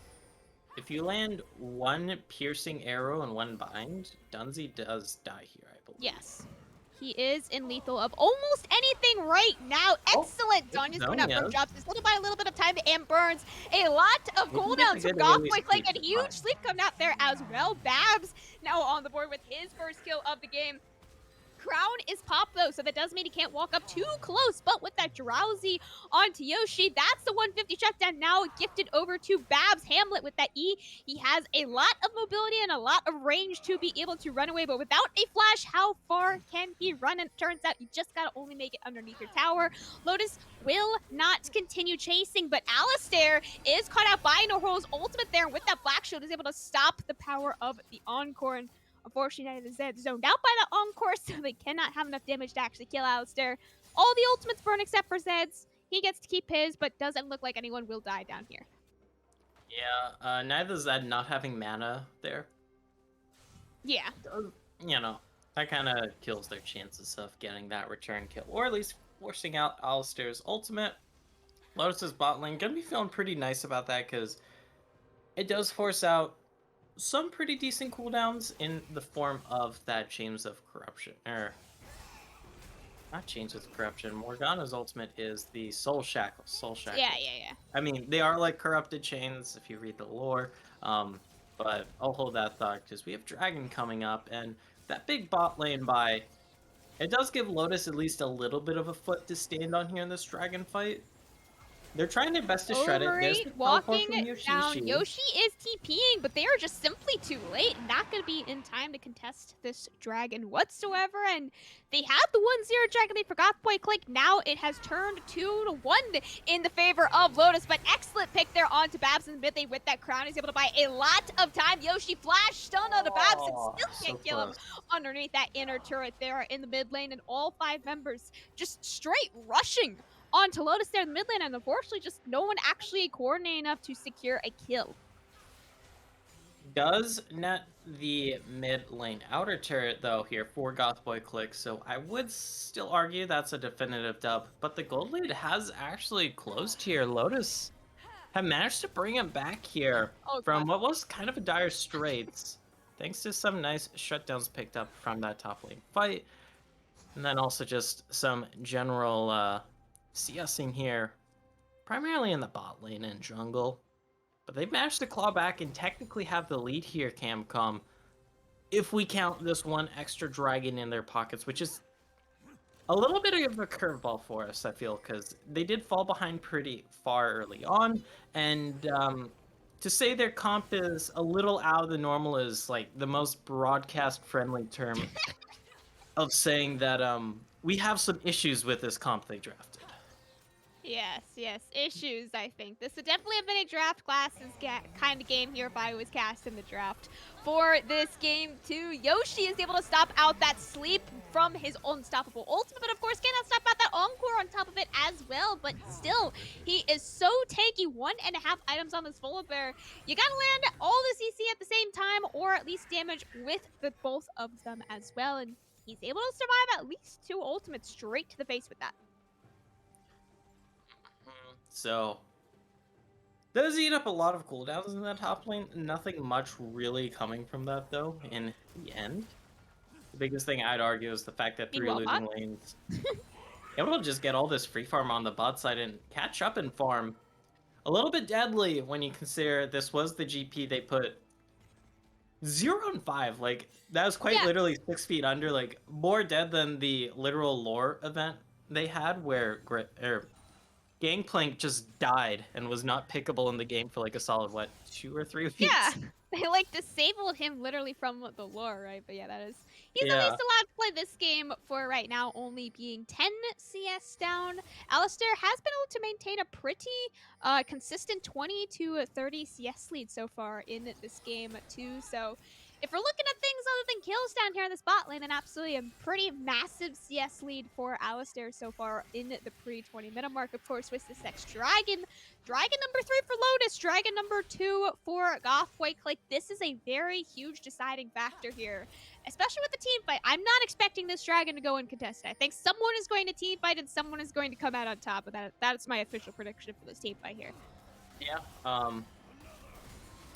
Someone could also just get predict picked that out, he'll come and that out on- someone absolutely will be 3 losing lane. Huge damage on I'm Yoshi, however, so he is going to be forced to back off for the time being. Ignite plus Flash plus Ultimate, all still available for 3 losing lane. I'm Yoshi only having the ultimate part out of that equation. 90 seconds to the next dragon. Can they pick up Yoshi here before that spawns? Cannon Barrage comes out as well as the unstoppable Volibear over the wall. He's able to buy him some time. Now you got both junglers arriving here on the spot side. Nahor will be the force support if he does decide to come down, but Alistair, huge damage on the Zed. The Black Shield just about able to keep him alive from the sheer auto attack power from Alistair, just like that. Now the Zed is going to be forced to recall before this dragon fight begins, or walk into it with a quarter of his HP. Yeah, definitely just recall here. It is a minute until the next dragon. That is more than enough time to back and reset. Time is running out though. Yep, okay. There you go, and I have the Zed. Yes. Yep. But that is kind of the danger factor we saw in the bot lane here with this gangplank for 3 losing lanes. Now sitting on the Essence Reaver, also has a Dirk in their pocket as well for that extra bit of armor pen. Keep in mind, barrels do ignore 40% of the enemy's bonus armor. So you are getting a lot of extra value against a Randuin's plus Turbo Chem Tank Volibear right now with those barrels. Deceptive amount here for 3 losing lanes. Will it be enough though for this next dragon? Time will tell, because Goth Boi Clique should be able to pull the trigger pretty easily in this team fight. You have a lot of methods to engage. I mean, quite literally anyone on your team can engage. Just pick a member, and yeah, their ultimate works pretty damn well when it comes to engaging. So just a matter of pulling that trigger here, I feel, Camcom. Everything is available except for the ultimate for Babs for the next couple of seconds here. But by the time anyone engages, Chaos Storm will be up and available. Nahor almost just dead to the poke before the fight even starts. Alistair is forced to flash away there in the backline. Encore goes wide. Not going to be long enough to actually hit anyone. Cannon Barrage for the poke across the river. Nahor, he can only stand over the wall. He cannot join this fight whatsoever on the Morgana, or he will get one shot by anything that walks in his direction. Watch the ult. Watch this fight. 2,500 left on the dragon, and Overrate is going to be the first member to die to Alistair. Watch the Featherstorm. He is still alive. You cannot kill him. It's a double kill now for Alistair. Hamlet sitting in the middle, and on the other side of the fight, you got a double kill coming up for Babs as well. 5-0 plus 3-1 now on Dragons for Lotus with a clean ace in 22 minutes, and Baron is up on the table. Goth Boi Clique just succumbing to the poke there so hard. And Lotus, I'm kind of damn surprised, but they're able to do it there. Their poke adds up between Alistair, between drops, between Babs, and 3 losing lanes. Lotus pick up the dub in that fight there, because Overrate tried going for that super long flank, Camcom. Yeah. But they just kind of died by the time they're able to Lunar Dash on into that fight. Not even able to pop that Moonfall ultimate there. Kind of a huge deal. Sole point now for Lotus. They also have Baron. They're making it work somehow. Somehow, with their 6,000 gold lead. Again, Lotus are now in the lead for their game 2 of finals. You got 4 kills, you got 2 dragons also up on Goth Boi Clique. Sitting even on towers, even still 2 to each side. Objective bounties are now on the board for Goth Boi Clique. First time in this series. It is always funny to see the first time in a series when objective bounties spawn for either team. So Lotus, they got it in game 1. Goth Boi Clique, they got it in game 2. Usually it is interesting to see if an objective bounty doesn't spawn until like game 5 or something like that. But no, fairly early on in this finals series here today. Lotus most likely will be playing for the outer turret there in the top side, while Goth Boi Clique really want to take this inner or outer turret on the bot side. So watch where these solo laners do go, especially with their teleports. You only have teleports on Goth Boi Clique solo laners. Neither solo laner for Lotus has it. Instead, Babs with the defensive cleanse. 3 losing lane, of course, very offensive on the ignite. Just like that, the inner turret on the top side will be gone. Now a clean outer map for Lotus. Oh, might see some danger here for drops. That does not land. This does, though. Drops walking into that moonfall. Just like that, my friend. You will fall. 300 shutdown picked up now for over 8. That is probably the best member the Goth Boi Clique could have hoped for. Second only to Knight of the Zed. Yep, and it's gonna put a nice chill pill factor here on to Lotus. Now that it is that 5 versus 4 on the map, you don't really commit a lot to that. The biggest loss is going to be the fact you lost those 2 turrets in top side. You might be able to pick up this kill on bot side if the cavalry does come in time. But that's if it does come in time. They're losing lane, dropping the Ignite and Cannon Barrage onto I'm Yoshi, but just, again, he's in their own 5-man. He's soaking up the gold. He's just making sure I'm Yoshi isn't killing anyone else on his team at this point in the game, and he's still able to split push 2.5 items on this GP, neither of them being a mythic, so that third item will be a very large power spike for him. That was a close one. A little close for comfort, but trust the process. Yes, Able to dodge yes. that one. So, God's plan. Absolutely. Let's see. 1.5 minutes left. 7,000 gold lead now for Lotus. Look at all of the pressure that they have around this mid lane. 1-4 currently, with of course 3 losing lane being that one on the bottom side lane. No TP to get back in the lane, so if he does recall right now, then the side lanes will be left open just in case Goth Boi Clique want to try and attempt anything. But again, being so far down in gold and will almost be down a Hextech soul in the next couple of minutes here as well if they are not able to get that team fight victory. Before it's looking more and more rough for Goth Boi Clique in this game too right now. Because Goth Boi Clique, they do have a bit of a damage issue. Shield coming on out. Yoshi's so tanky down here on the side lane, but he is not tanky enough whatsoever to survive 3 members of Lotus. Not a shutdown to be picked up this time, but Drop still able to pick up a 40-second death timer before, or 40 seconds before the next dragon is very huge for Lotus. Yeah, like, that's just a free kill. You already have this wave pushing in bot side. What are they gonna do? Jeez. Nahor just died. Gosh, no Nahor is just one shot, man. And with that, yeah, the Sonya's, it buys him exactly 2.5 seconds, man, of life. And that 2.5 seconds does let the rest of Goth Boi Clique to arrive down here on the bot side. Alistair, excellent flash plus Featherstorm trying to run away from over it, and Hamlet. So much CC, a couple more auto attacks that will be able to almost save Alistair's life, but over it just about able to kite him out at the max range point over 8 now. He has to get out of vision, but it's not out of vision fast enough. Hamlet finds himself in a 1v2 now.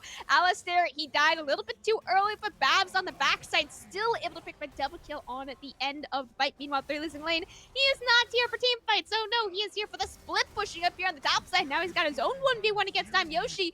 We've seen this one a couple of times. It has gone Yoshi's way every time, and with that flash committed as well, will once again go in his favor. Neither jungler available for this dragon, but I think it should just go in the favor of Babs and Dunsey. It should, yeah. Well, unless... Oh gosh. No. Oh gosh. Oh my gosh. Because Babs just kind of wasn't using their damage spells on Dragon there, so... Jeez. But yeah. Kind Okay. of a bit of a dominating gold lead right now for Lotus. Not something I kind of pictured saying this game, to say the least, given their lackluster composition. Dang. 600 shutdown for Babs right now, man. He's got the 2-level lead over Hamlet as well.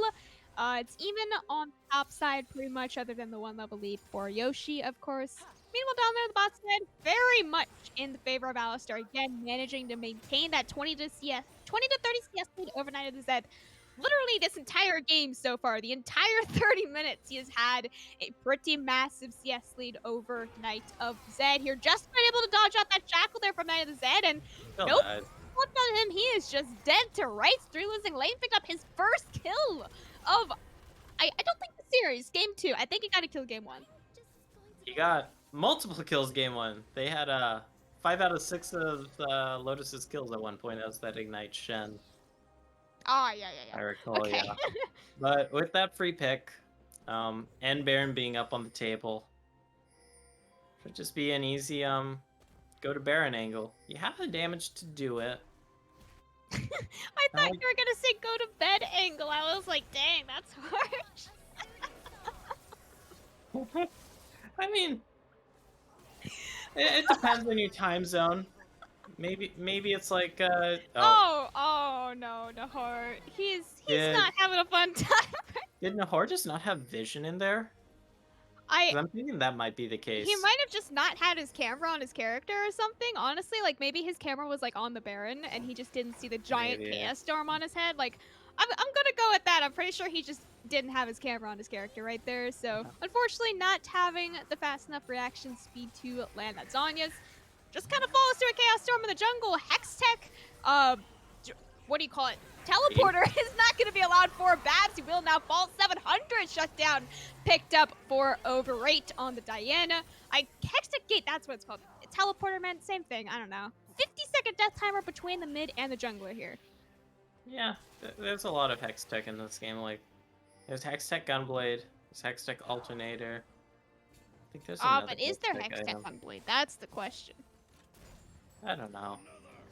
But Lotus with his gold lead. Oh gosh. Oh no. and the soul. Oh, are we losing lane? Maybe. He's oranges got the are a grass. He's thing. got the grass. Oh. Okay, that is a big pickup. Is it enough to save the Baron? It looks Baron like so. started up by Dunsey, Drops, and Alistair. Only 3 members here to try and take the Baron. Nice soul shackles landing onto Dunsey. There does force out that flash, and 100% will, at the very minimum, keep them off of Baron. And so much healing from Dunsey keeps them all at least at full HP as well.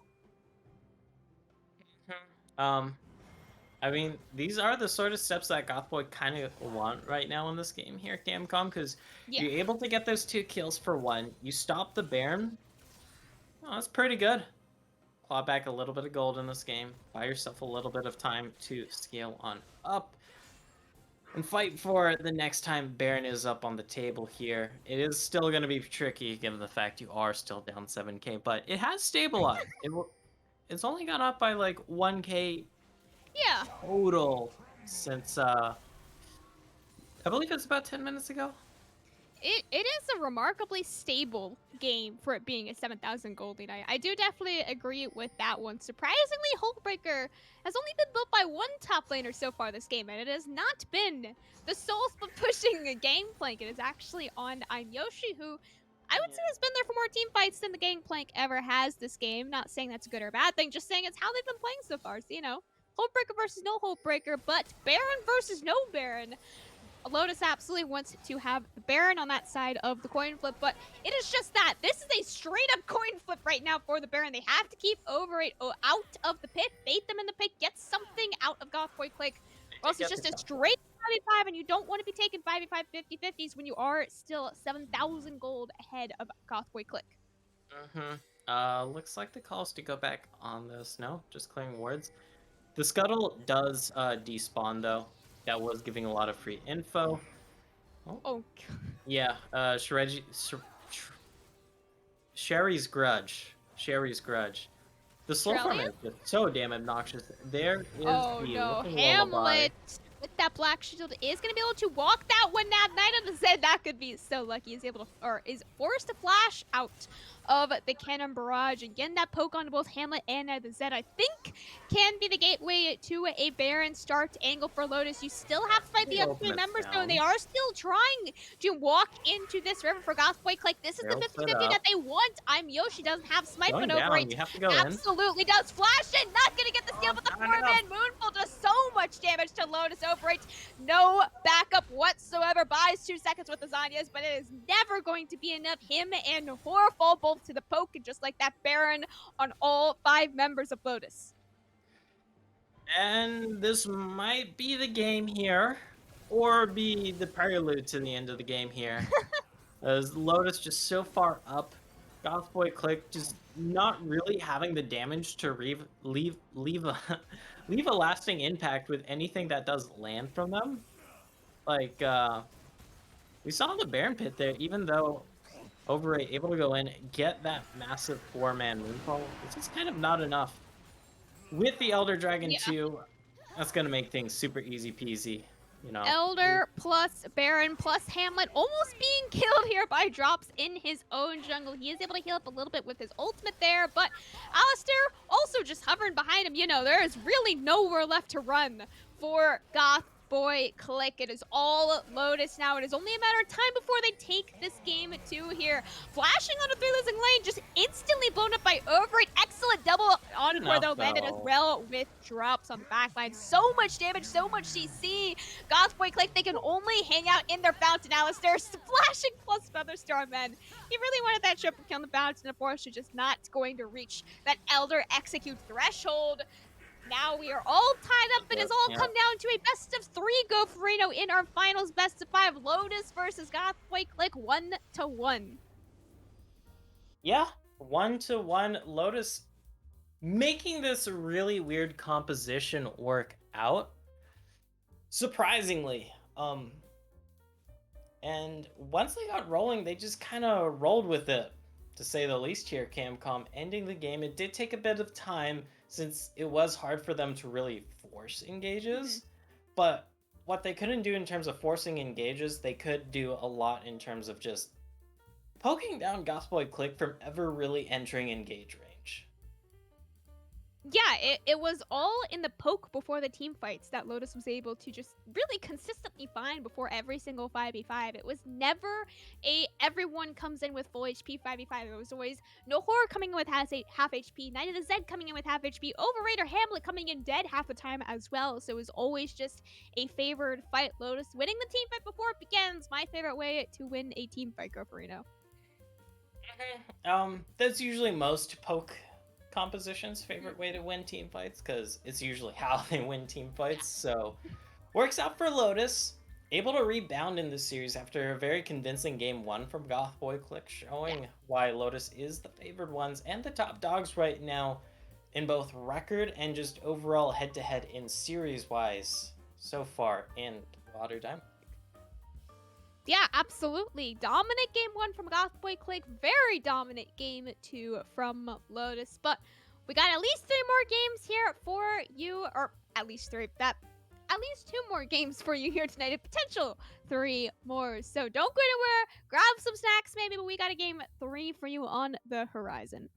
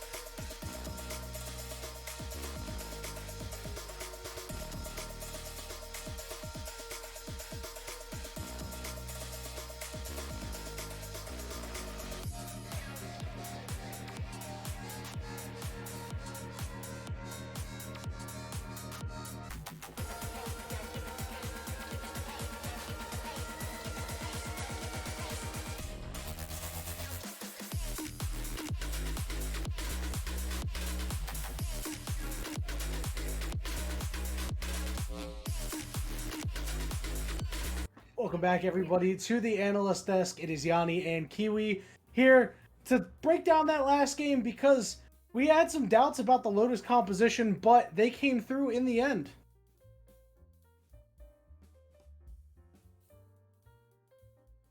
Kiwi? Sorry about that. Kiwi still here? Yeah, there's just someone coming in my room at the point. Oh, excellent. Yeah, I mean the compositions we thought GBC had the better comp. I don't think they executed it as well. Yeah, hard to do really at certain times, especially. It was a little bit more difficult, right? We kind of knew that going in with the Diana. I mean, Yoshishi getting the early kill up top, and you know what? That kind of set the tone for Goth Boi Clique early on, but on the other side, it just seemed like Lotus hung around well enough in this game, way different from the last game. Yeah, definitely. I don't think they had as many mistakes early this game, so I let them scale easier into the mid to late game. They didn't give over the objectives as fast, so we didn't see Goth Boi getting all the dragons super early, getting Inferno Soul. Just a lot of, I think it was just better played. Yeah, it was a little bit more sharp coming out of the Lotus side, and this time the sides are going to be swapped as we are in here for the Game 3 draft. It's going to be Ari, it's going to be Viego, and Zillion falling by the wayside. Lotus deciding if it ain't broke, don't fix it. This time around, Goth Boi Clique going to switch up their bans. The Jinx and the Jinzhao are now going to be available, and this time Lilia and Zaya are off the board. Ooh, yeah, man. We're seeing the Jinx. Jinx battle, baby. I believe in Jinx supremacy. Yeah, for real. Especially because, Alistar is one of Alistar's favorites, so that's an insta first pick on that one. Absolutely, and I'd like to see them pull a little bit more attention on the bottom side this time around toward Alistar because, the first two games he's been relatively quiet, just quietly farming up a CS lead. Now you have a champion that you want more than that. You want to get kills on. Go aggressive in the bot lane, gank for your best player, put all the eggs in the Jinx basket. I mean, man, you get them items on Jinx, she just starts firing away in team fights. So, yeah, I'd definitely like to see Alistar getting ahead early and then just popping off in every team fight. That'd be awesome. And it looks like Volibear, the pickup here for Goth Boi Clique. They liked it so much in the last game, they elect to go back to the well. And this time they will pick away the victor, so Babs is not going to get their hands on it. And Babs played a magnificent game last time out, picked up 8 kills. I think they were 8-2-6 or 8-2-8, something like that.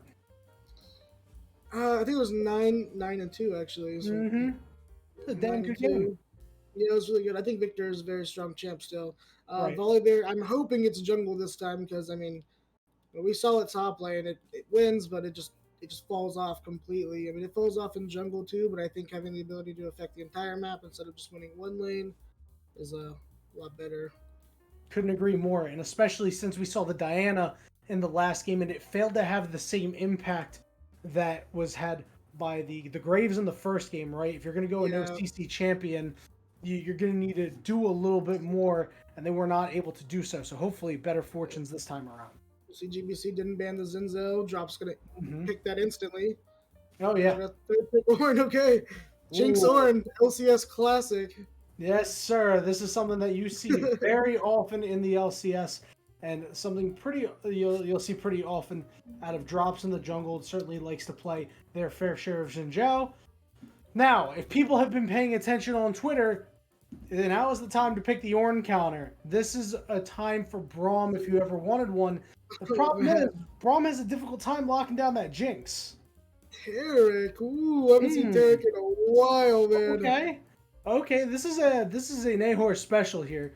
Only a couple of Tarics have been pulled out in the league so far. And what's better than Jinzhao's immunity outside of his bubble? Taric's immunity on everybody should really help try to turn the tide in these fights. Yeah, man, I haven't seen Taric in so long, so I'm excited to see if he hits some fatty ults or not.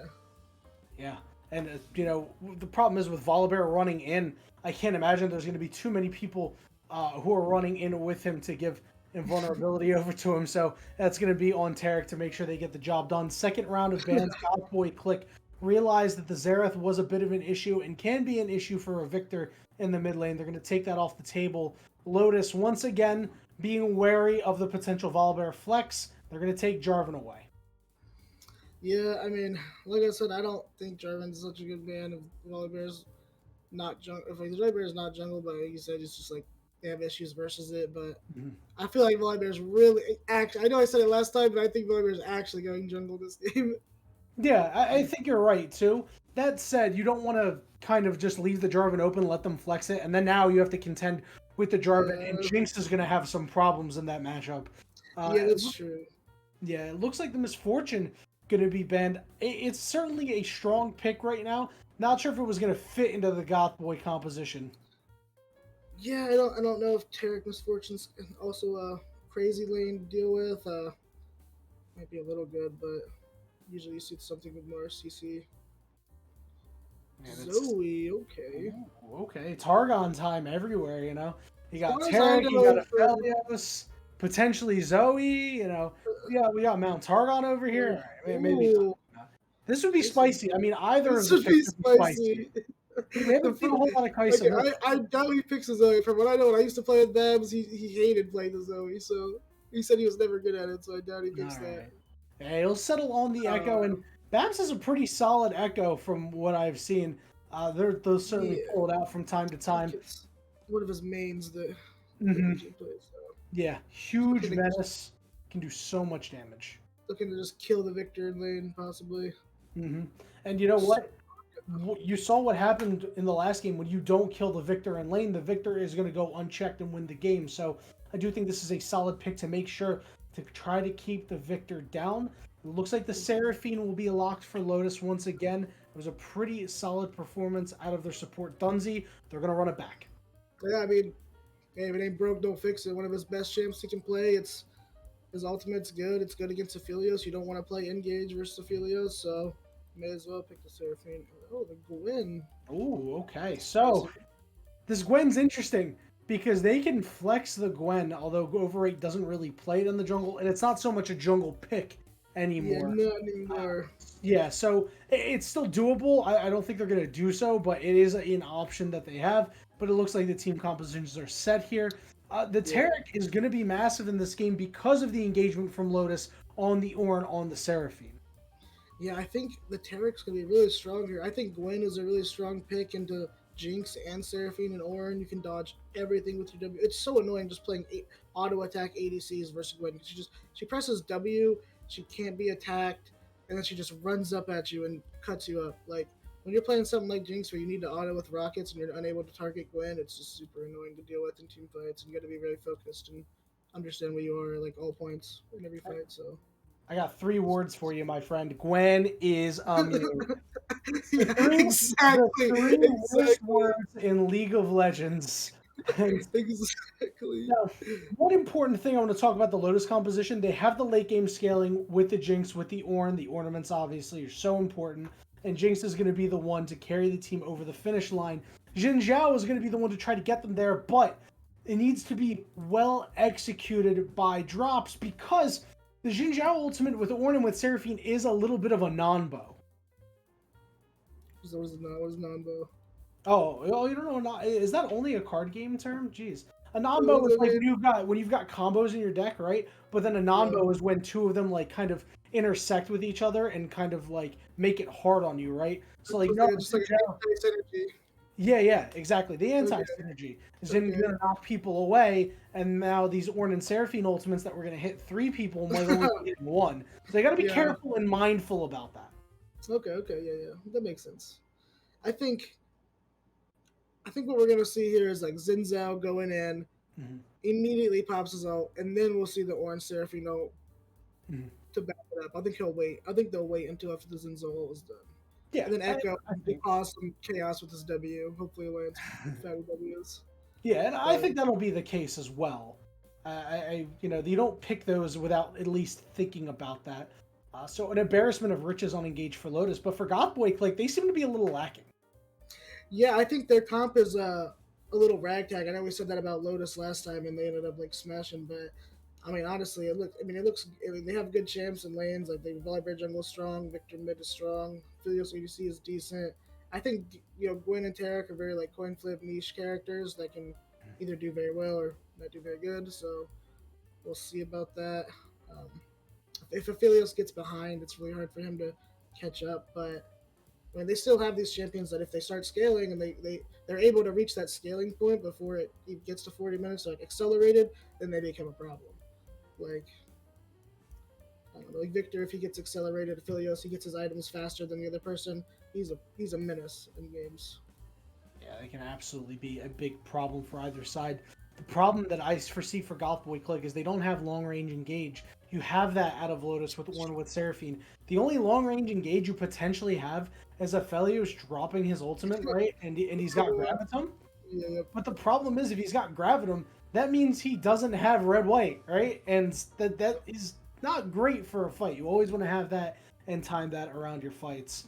And especially with a lot of the way that the fights went last game, Lotus was really taking it to Goth Boi Clique, winning the skirmishes, not necessarily getting the kills, but that's what they like to do. They'll whittle you down, they'll push it back, and then they'll set up for the objective and either take it for free or make you come in and make a mistake.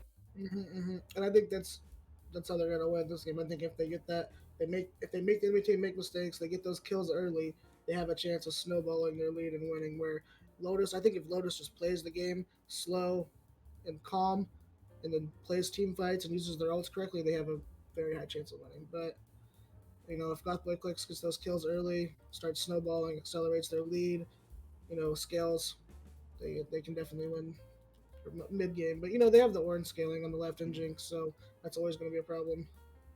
Yeah, important levels of scaling on both sides. For both teams, it's imperative that you don't give away any early kills. Well, that's it for me and Kiwi for now. And before we toss it to Camcom and Gopherino, we got another rap to throw to you.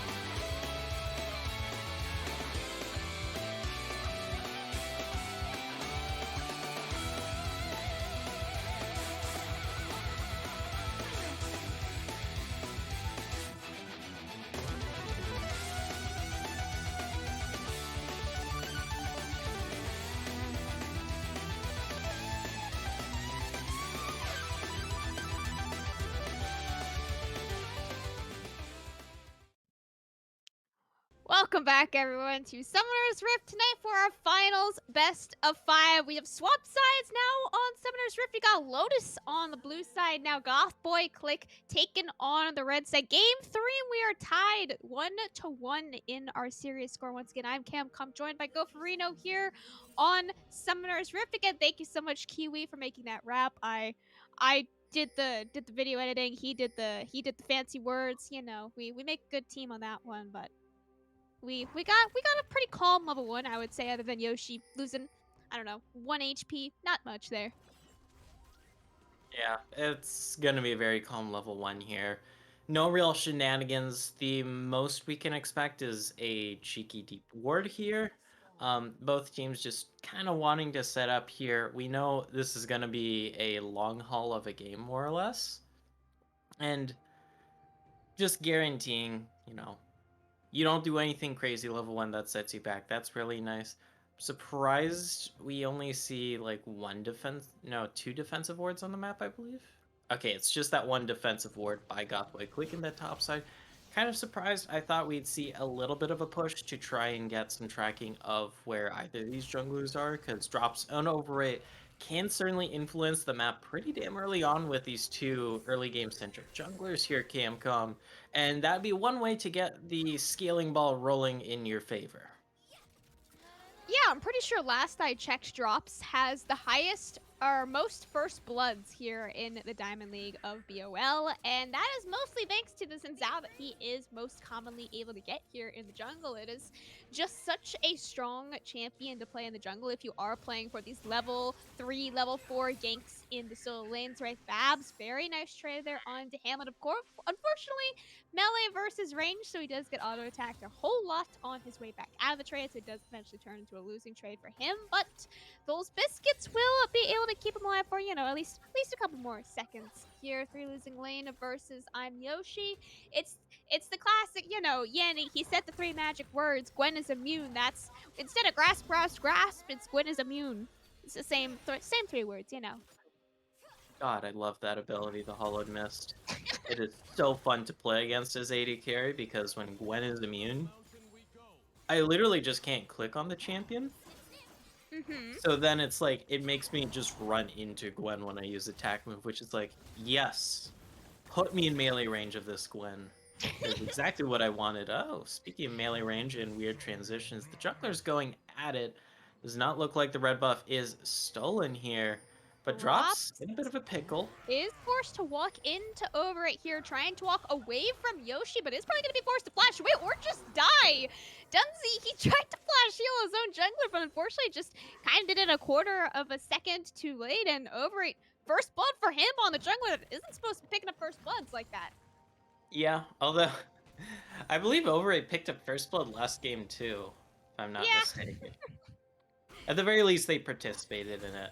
But that's a great start here, you know, because you're putting the Xin Zhao behind, taking the Xin Zhao out of their comfort zone. Drops wants to abuse the early dueling power, just the early power in general that Xin Zhao does bring to the table.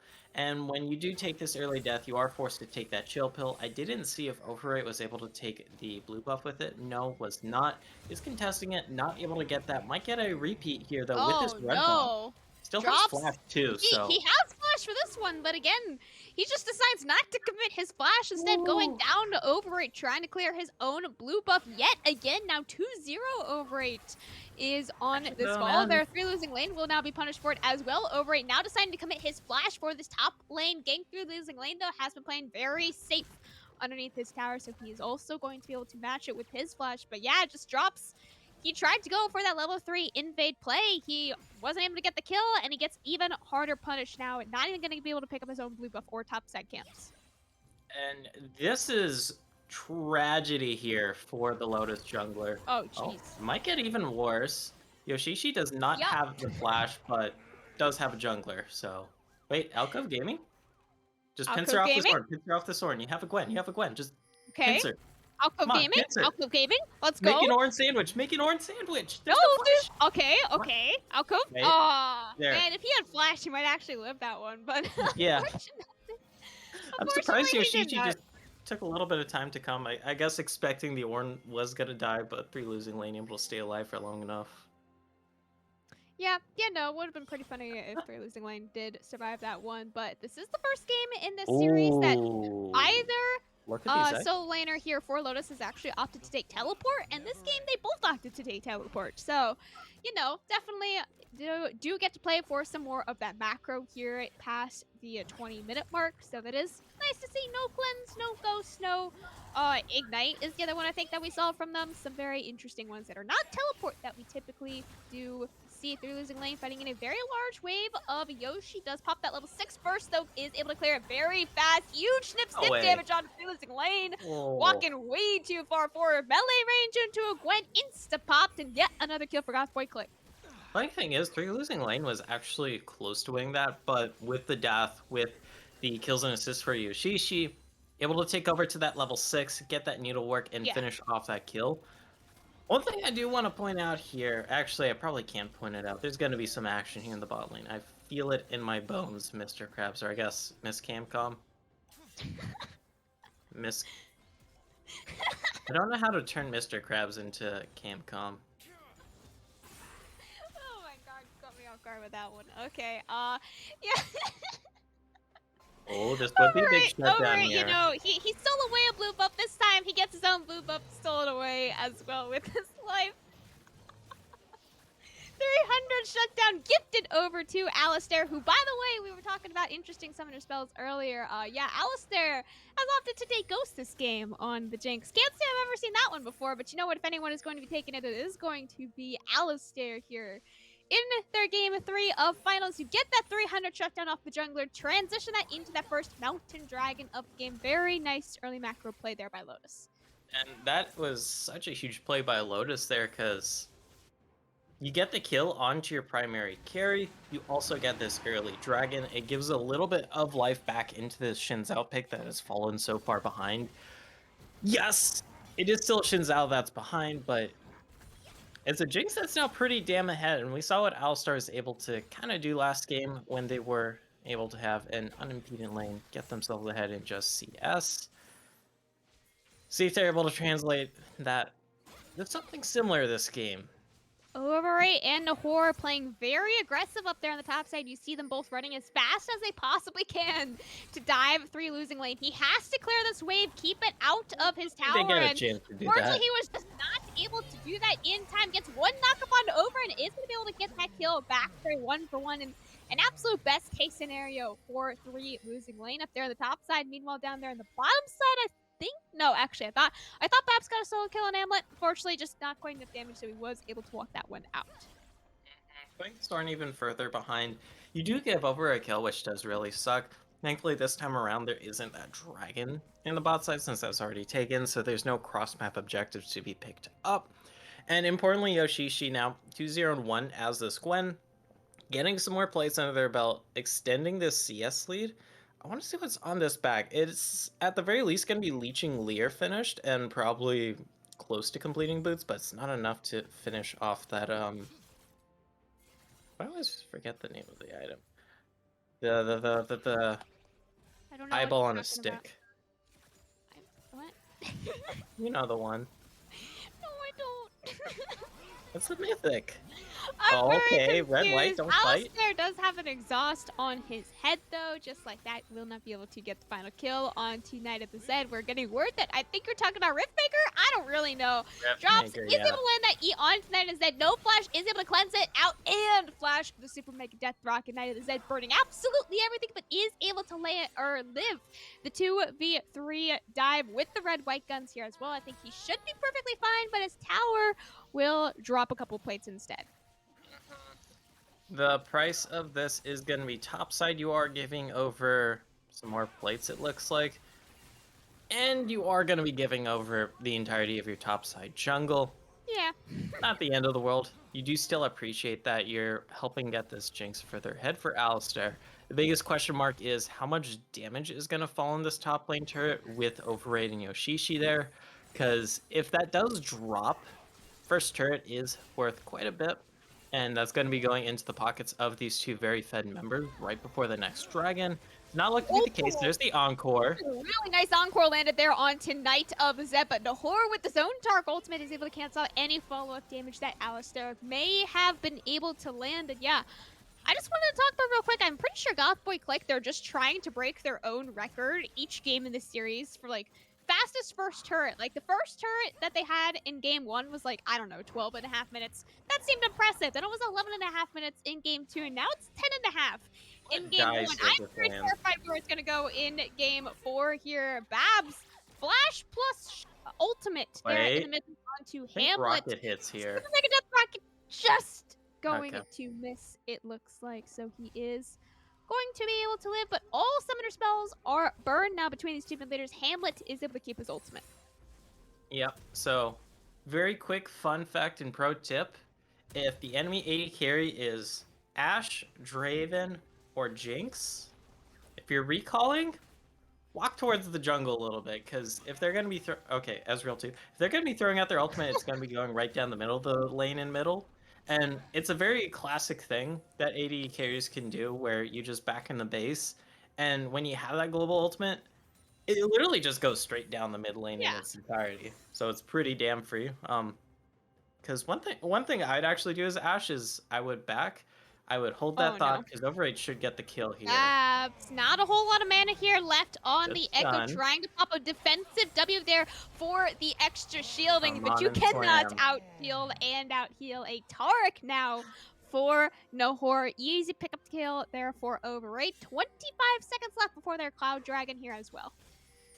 Good timing there. I mean, yes, this Echo for Babs will be back up in time for the Cloud Dragon, but they will be having to do the Walk of Shame back to lane, and more importantly, there's a lot of alone time with this turret. Yeah. Now you got 4 members. You got Harry the Herald, well, Shelly the Herald, but Harry matters more.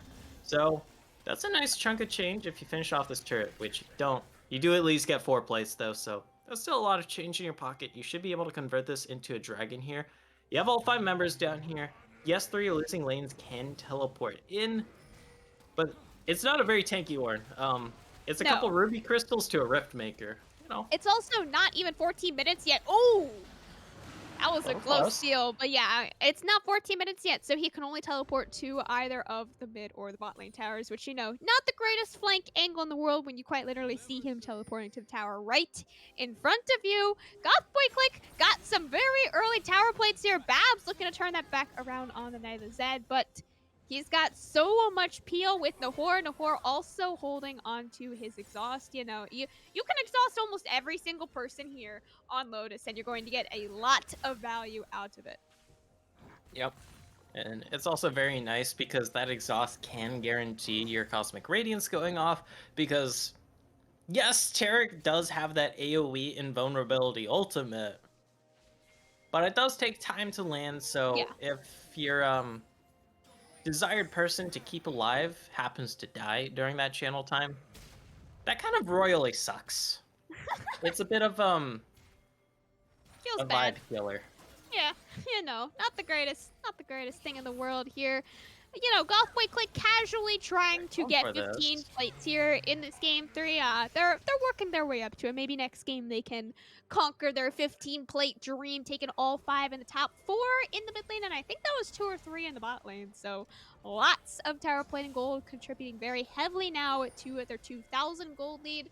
4 kill lead as well. 4 kills. Just pretty much all in the jungle lead right now. Overrate 4 up on Drops' 0, of course. So pretty massive lead for him in this Becca early is game on coming top here. of the CS that he was able to get in the early game as well. Yoshi, he's been sent to the bot lane. You know, you got the added turn in the top lane. Now just go do that same thing in the bot lane. It is a little harder though, because, you know, these dragons typically bring more people to the bot lane than the top lane.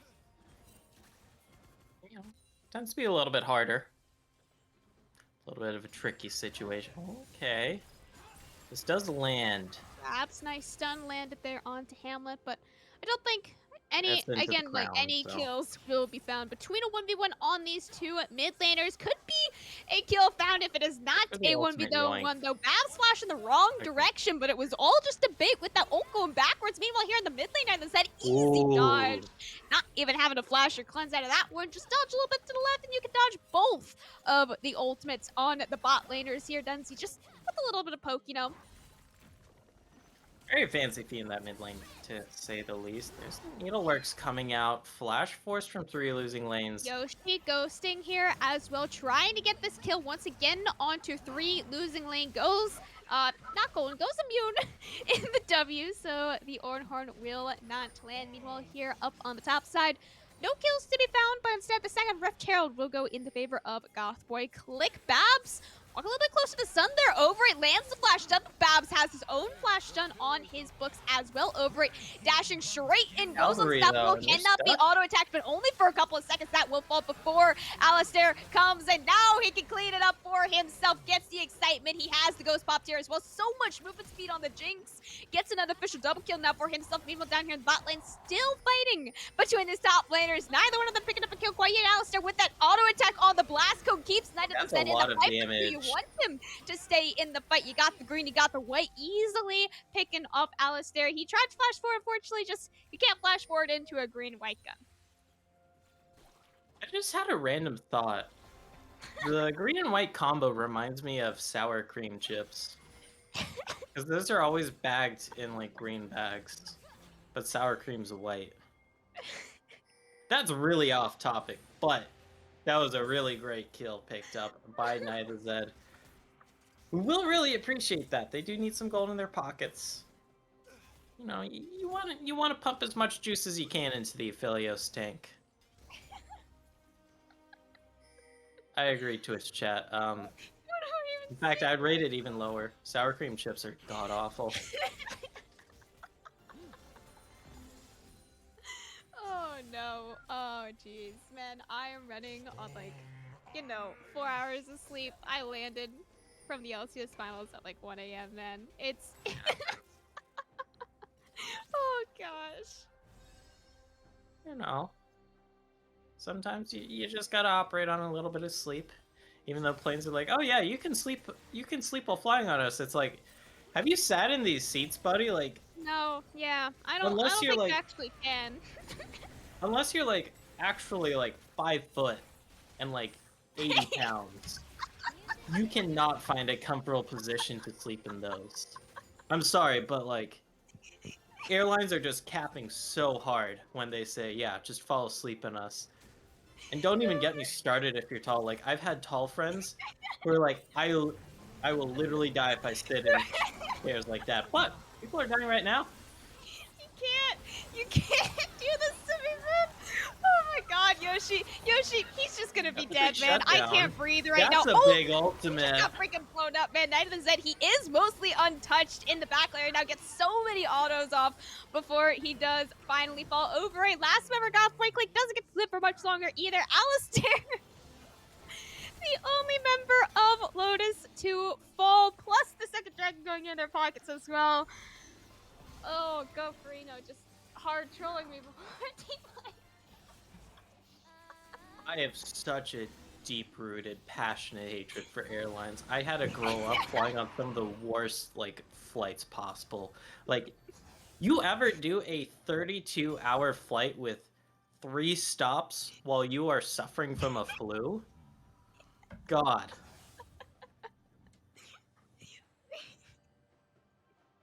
Like, I'm sorry, but I don't see why people fly it. It's just so awful. I'm sorry. I think it's actually you thought we were watching the finals here tonight. It's actually a Go Farino podcast on airlines. We're just gonna talk about airlines here for the rest of the game. I'm pretty sure nothing else is gonna happen. You know. Yeah, I mean, yeah, because that was a really huge flight. Fight, not flight. I'm getting a little off track, but it kind of really just started with Babs. I believe that Ultimate hit 3 or 4 members. It did a huge chunk of damage, just like airlines do to my goddamn back. Like, I can go on for days about this. Like, as soon as I no longer had to fly, I took a vow that I would never fly again because I just hate it that much. You are overpaying for like such a terrible experience, and the entire time you just feel awful. It's like, no, I'm just not gonna do it. My parents are like, oh, how about we visit Iceland? I'm like, I have to get on a plane for that. So no. But let's get on this Baron, says Lotus. MSI in Iceland at some point last year, right? Now they get a Baron. Just burning this. Yeah, They I don't take think it. that there can be a steal. The teleport is a little bit late there from Yoshi. Coming out of base, I teleport. Yeah, it's just late. I mean, you can't even call it wasted. If it was in time, then it would have been pretty huge if he was able to steal. Just maybe a second too late on that one. Over 8 does not have. I was gonna say has the Baron minions to take the mid tower. Nope, he doesn't have the Baron minions. Yep, so that's going to be a tricky one to deal with here for Goth Boi Clique. Even though it's pretty close-ish in the gold, Baron buff is just always such an X factor when it comes to exploding gold leads that are as close as they are right now, Camcom, because it lets you just pick up turret gold that much more easily. Turrets will give you a nice chunk of change. They even buffed inner turrets, at least in the outer lanes, to give you much more gold when you take them down. So if you can use this to catapult yourself into getting a much more comfortable lead here as Lotus, let's say 5.5k, maybe 6k, maybe 8k if you get super duper value out of it. That's the ideal scenario, because I don't think Lotus is realistically expecting to break open the base right now with this Baron buff. They're looking to pick off outer turrets, collect that change, set up for this dragon coming up in about 1:55 where they should still have Baron. That'll give them a lot of control, put them on soul point if they get their way, and they'll have a gold lead to boot. Yeah, pretty massive gold lead still for Lotus at the 22-minute mark, like he did say, 4,000 gold.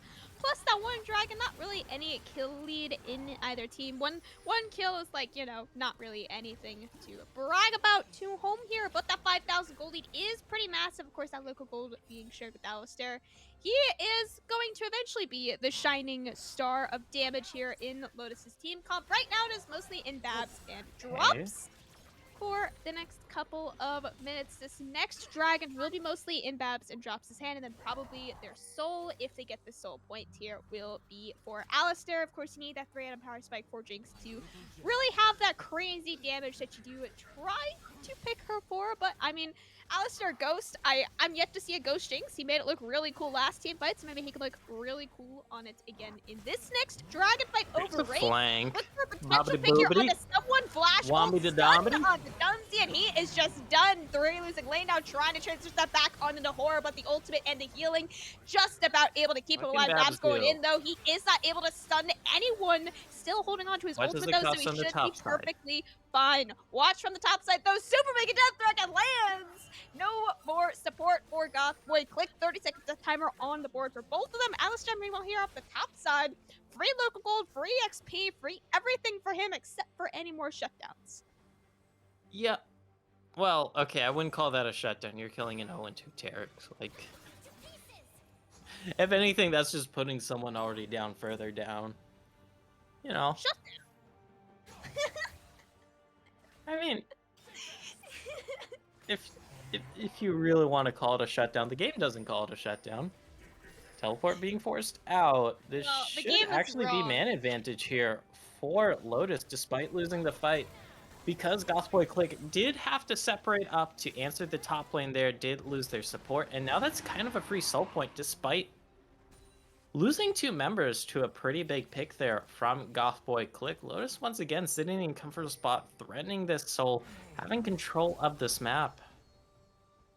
The amount of gold that I was expecting Alistair to get within the next 3 to 5 minutes before the 4th dragon, he got in the span of 60 seconds before that 3rd dragon. You see now he has that 3-item power spike. He had it before even the soul point was up on the map, and that is, of course, again, thanks to the local gold. Plus, fine, I won't call it a shutdown. I'll call it a kill onto Nahor. Fine. Yeah. Yeah. You phrased it like that.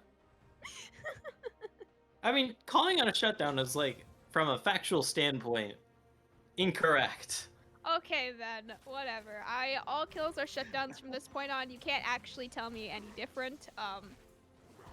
You know. Oh. It does kill blue buff, I guess. Let's go. Yeah. No more blue buff. Now you got a double buff Alistair, man. He's a scary looking Jinx walking around. Yeah. Denying the blue buff from Hamlet is also nice. Oh, Needlework coming out. Not able to link it to anything though. Objective bounties are now on the map with that 7,000 gold lead that Lotus does have over Goth Boi Clique. 1v1 down here in the bottom lane, but Lotus has way more friends coming down here. First, Yoshi. He thinks it's 1v1. He thinks he can win it against 3 losing lane, but she cannot be immune fun to 4 people, especially when you pop the W a little bit too early before anyone else even arrives. So much healing from Denzi, able to keep the losing lane alive easily. Now Babs up here on the top side, 1v2. How long can he live, and can he turn it back around on the Hamlet? The ultimate not going to be doing enough damage or landing onto Hamlet. Babs now has to try and run away. Already burned that flash, already burned the ultimate. How much time can he waste here from the 2 members of Goth Boi Clique while the rest of Lotus are just taking the base? They got the inhibitor tower, they got the inhibitor, now looking to take the first Nexus tower of this game 3 here. Excellent charm landing onto Hamlet. So much CC and so much damage on the spot lane. Negated for only a couple seconds there out of the Targ ultimate. And just like that, Babs, he was able to buy just enough time to get an entire bottom side plus Nexus turret out from Goth Boi Clique. And Lotus sitting pretty damn comfortable in this game. 7k gold differential. You have that soul point threat here. That's going to be an issue you can press in 2 minutes. But the big thing on the board right now is Baron. You just picked up that bot lane inhibitor, so in the lane that's hardest to control when you're talking about Baron, just given the fact that bot lane is the furthest lane from Baron, it gives you such free control over this Baron. And all you gotta do is just wait around, do a little bit of a song and dance, let those minions push up on into the bot lane, give you that free prio while you pressure other lanes, while you pressure the Baron, make picks, what have you. The map is your oyster for your Lotus, and it's just a matter of how they want to crack it open with the boys. Yes, crack it open on the Baron, already up on the map board, of course. You know, just the casual Hextech Soul spawning in just under 90 seconds is also, I would say, pretty powerful. They could also choose to Baron into Hextech Soul and have, you know, even more stats in case that's what they want. Yep. You know. Oh. Babs, lots of damage there onto you. She is able to go immune for only the back half damage of the Q, so nothing too major. No major immunity right there, but instead, again, Babs, he's only the distraction. Oh no, you think you kill in the bot lane. You actually have to watch where the rest of Lotus is. Instead, they have the 1 pink ward in the pit, but that is going to be taken out from 3 losing lane. No jungler, Babs. He is still distracting over there in the mid lane. He is not able to walk in this pit at all. Hamlet, he tries to steal with his ultimate. Unfortunately, not going to be on time with that smite. He is going to be forced to flash away here as well. Alistair sniping it off with his ultimate as well. Babs going in. Unfortunately, not going to have his timing right on his ultimate, so he will fall to Nahor with his ultimate up. Nahor with his ultimate popped as well. Just about able to pop it in time before the rest of his team will fall as well. Yoshi having so much damage between him and Knight of the Zed over it as well, flashing straight on the Alistair and Dunsey, but flashing onto his Encore is not going to be the easiest thing in the world. It's a quadra kill picked up out of nowhere for Alistair, and just like that, it's a 2-for-1 in the series going out for Lotus in their finals best of 5. Yep, they take this game as well. It does feel at least a bit closer on Goth Boi Clique's part, and once again, Goth Boi Clique, they have such a convincing early game. Topside just snowballs so far out of control, but they're not able to keep the momentum going. We see Lotus able to pick up dubs in the mid and bot lane here, Camcom, and then just stabilize the topside, translate that into a dub here, and Goth Boi Clique faltering under pressure, it seems, and not able to recuperate that game 1 magic. Yeah, the game 1 dominant win from Goth Boi Clique. They're still able to find those same leads in the early game. I'm pretty sure they've still had some sort of lead within the first 5 to 10 minutes on all 3 of these games here tonight so far, GoFarina. So it's not like they're completely down and out of it. It's just Lotus, they find 1 little lead. They get 1 dragon in the early game, apparently, and they just win the game every time. They got 0 dragons game 1. They got 1 dragon in the early game in game 2 and game 3, and you know, that's what's won in the game so far. That's gonna be my analysis. Definitely a little bit of result-based analysis here, but that is our job as casters. We are professional mansplainers at the end of the day. And taking a look at the graphs here, it does show how much more of an even affair it felt like. But at the end of the day, it just comes down to Lotus. I like that Ornn damage. Yeah. I mean, when you're stuck in the side lane perma fighting against this Gwen, and you have the Thornmail and Sunfire just racking up free damage for you while the Gwen hits you, Yeah, you know, you're gonna rack up some damage, yeah. just casually out damaging Alistair, you know, just normal, what do you call it, like, marksman Ornn things. I mean, it is a marksman in season. It's You not know. season 12 anymore. They just call it the year, so it's season 2022. Yes, not season 12, season 2022. But game 4 now on the horizon here in our best of 5 finals. Goth Boi Clique, they gotta take game 4 and game 5 if they want to win the, BOL, the split. The word is escaping my Round A brain. finals. The tournament.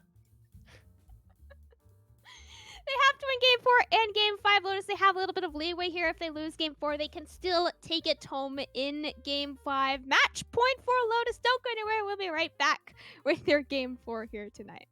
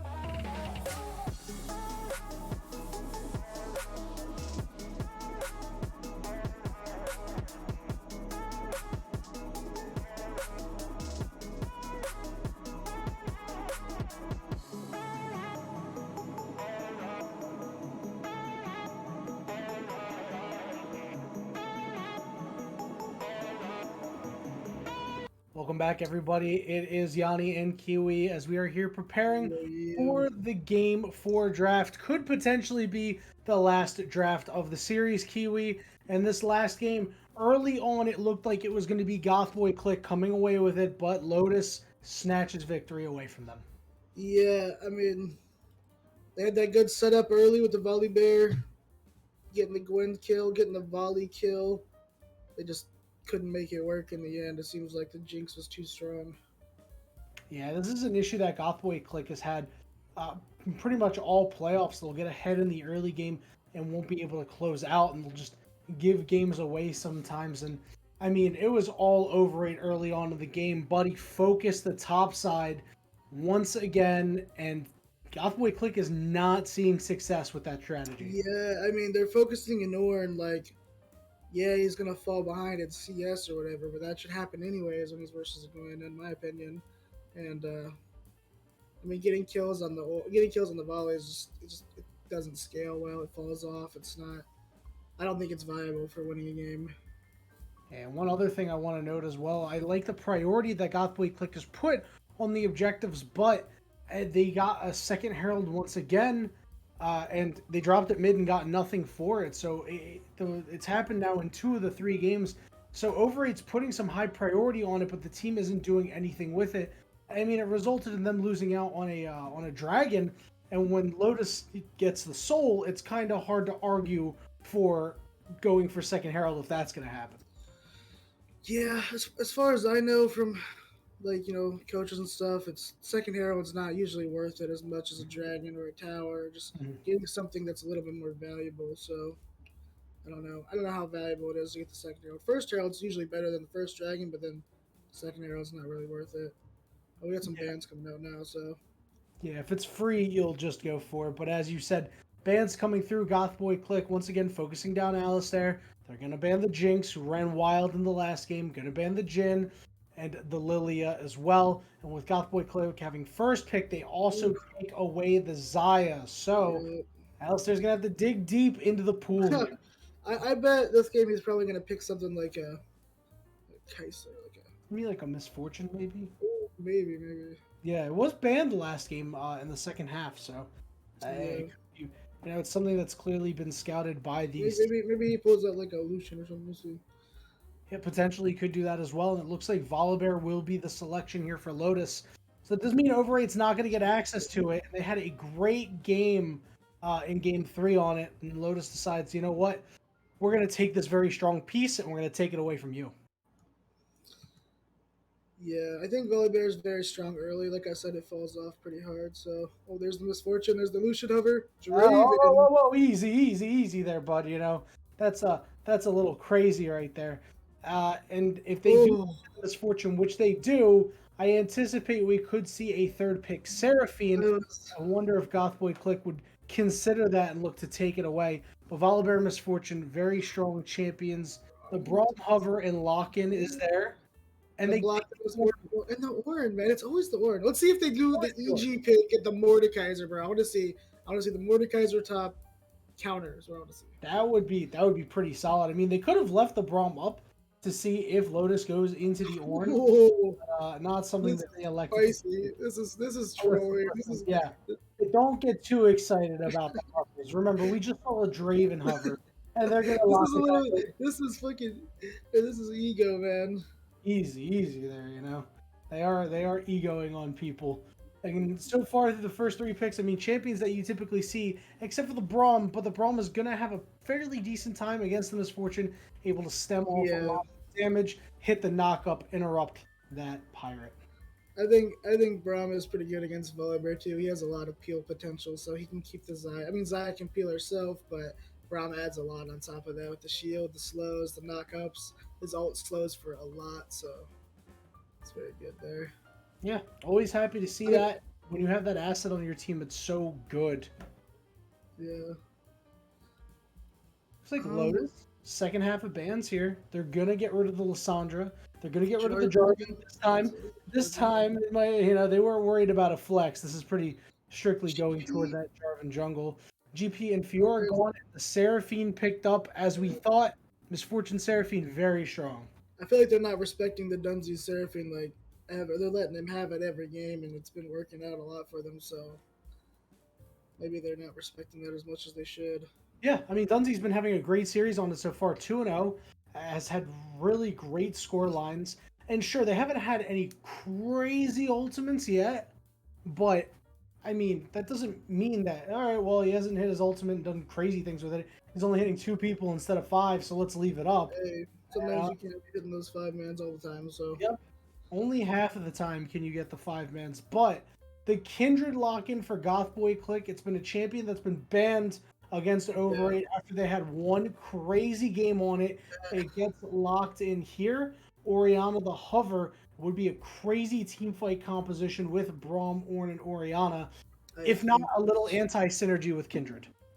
I think this Kindred pick is a lot better for Overrate from what I've been seeing. He's been like winning early, been early aggressor, getting those early kills. Kindred's a champion that can really snowball really hard, so I think that's more like his play style for what he's been playing the series, like getting those early kills. Because something like Volibear, you get the early kills, just doesn't translate to anything. Something like Kindred, you can 1v9 a whole game if you get kills early, so Yeah. that's a nice pick for him. That being said, there is a bit of an issue. Oriana pre-6, no crowd control. Braum and Zaya have to work hard for theirs. Ornn Yeah. has to have a little bit of setup for his. And when you take a look at the champions they're facing against, right, Misfortune and Seraphine are going to be relatively safe. And Wukong, the final lock in here, is also going to be rather safe. Here's And- a real question: is it Yeah. Wukong top Volibear jungle, or is it Wukong jungle Volibear top? That's we don't know that yet. I So. believe this looks like it's going to be a Wukong top. It's something that has been picked up by 3 losing lane on multiple occasions, and as everybody knows, a huge buff had come through to the Wukong. Yes, I so think Wukong is very crazy right now. I think Yeah. it's a strong pick. it makes the team fight composition even better. Yeah, it definitely does. He can get on that Kindred and knock everyone up, and then W out. And then once he W's out, he can't be autoed, for the Braum passive, so then he can't be CC'd. And knocks everyone up again. It's just, it's gonna be great. Yeah, it'll be massive in a fight, and Kindred will have to drop the ultimate to make sure people stay alive. But again, we talked about it just now, the anti-synergy coming down, and we saw an anti-synergistic team comp come through for Lotus, and they still managed to take the victory. Yeah, Goth Boi Clique's gonna have to be up to snuff this game. yeah, definitely. I mean, I don't think it's that big of an anti-synergy with the Oriana. I think it's actually like if they get everyone in a Kindred ult, and Oriana hits a fat ult in the Kindred ult while everyone still has a lot. Like, it's not gonna kill everyone, but it'll get them low, and they don't get like the super big heal from Kindred ult. So it's not too bad. But, Yeah, it's certainly not ideal. But that said, if Oriana is hitting a 3-man shockwave on any of these extra members getting hit by it, whether it be Misfortune, Victor, or Seraphine, assuming it's Volibear and Wukong getting hit by it, is still not great. You're not really happy to be in that position. Yeah, definitely. But yeah, like you said, I think that CC is lacking. I feel like CC has been lacking on Goth Boi Clique a lot, except for the one Varus game where they didn't even utilize it right. So I mean, Braum, it's like his guarantee. It's like CC's not really guaranteed unless he lands his ultimate. His ultimate's his only guaranteed CC ability. Ornn, he has his ult and his E. Kindred, a slow. Oriana, he can, they can miss that. Zaya can miss. Like, there's not like point and click is what I'm saying. There's no point and click CC for GBC over on their team. Where Right. Lotus, they have like a nice Misfortune slow to set up into a Victor W. Seraphine E, Misfortune slow together is nice. Volibear E, Seraphine E. Like, Seraphine has a lot of setup for her stun. I mean, Misfortune just can press E, Victor can press W, Volibear's got his ult, his Q, he can make space, Wukong ult. So it's just like a lot of AoE CC. So it's going to be affecting everyone on the enemy team. Now, do keep in mind that the last time we saw the Ornn in the top lane for Yoshishi, it was the Goth Boi Clique victory, and they played it quite well. So there is something to be said for that, but the team does have their work cut out for them, although it is a true 3-threat composition. Lotus on the other side could say the same for themselves. Yep. I don't know. I think this is going to be another close game. I think whoever gets early kills again, whoever can get the kills on the right champs can win this game. If Zaya, Kindred get the kills on GBC, I think they'll have a easier time winning. If Lotus gets kills on Wukong and Misfortune and Victor, they're going to have an easier time winning. Of course, that's how it always is. Gets the kills on the carries, they win. But these are the type of carries that if they get kills, they scale out of control. So Yeah, and this is why we play the games. Taking a look here at these teams, pretty even in terms of what they can do. Excited to see what the Misfortune, the Seraphine, and the Wukong combination can bring to the table. Wombos. Wombo Combo City, baby. It's Yeah. Goth Boi Clique. They're fighting for their lives. It is win and play game 5, Yep. die here for them. Lotus looking to become champions once again. That's it for Yanni and Kiwi. And we're going to throw it to Camcom and go 3-0 right after a short break.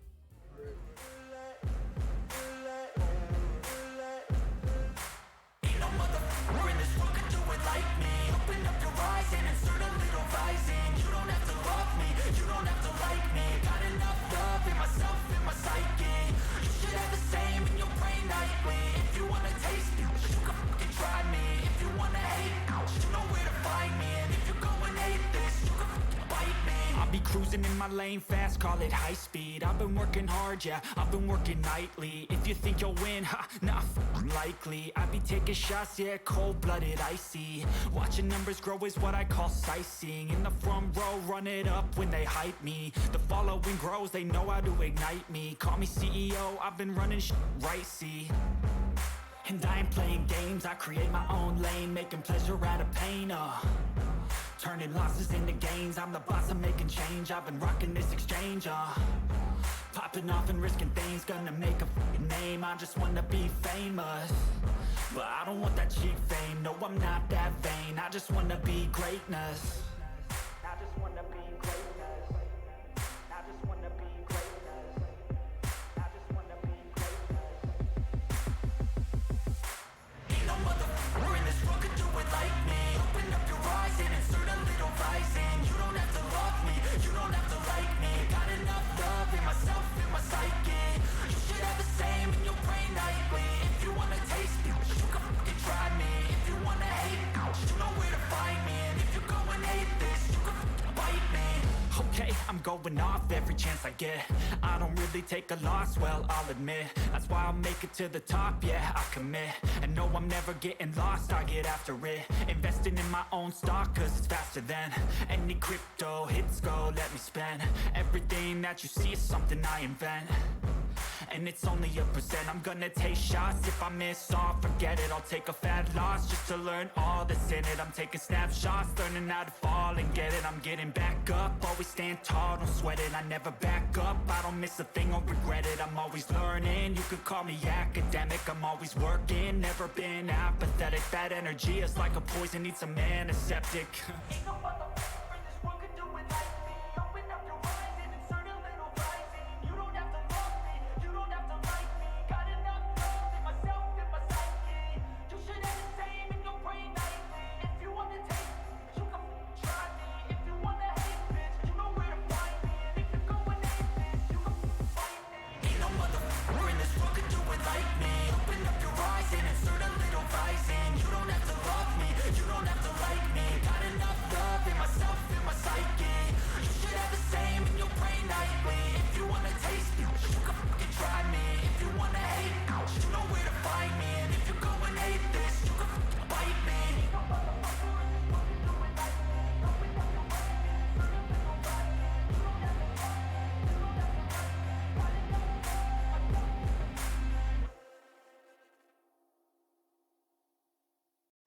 enough love in myself. Ain't no motherfucker in this world could do it like me. Open up your eyes and insert a little rising. You don't have to love me, you don't have to like me. Got enough love in myself, in my psyche. You should have the same in your brain nightly. If you wanna taste me, you can fucking try me. If you wanna hate, you know where to find me. And if you're going hate this, you can fucking bite me. I'll be cruising in my lane fast, call it high speed. I've been working hard, yeah, I've been working nightly. If you think you'll win, ha, nah, likely. I be taking shots, yeah, cold-blooded, icy. Watching numbers grow is what I call sightseeing. In the front row, run it up when they hype me. The following grows, they know how to ignite me. Call me CEO, I've been running right, see. And I ain't playing games, I create my own lane, making pleasure out of pain, turning losses into gains, I'm the boss, I'm making change. I've been rocking this exchange, Popping off and risking things, gonna make a fucking name. I just wanna be famous, but I don't want that cheap fame. No, I'm not that vain. I just wanna be greatness. I just wanna be greatness. I just wanna be greatness. I just wanna be greatness.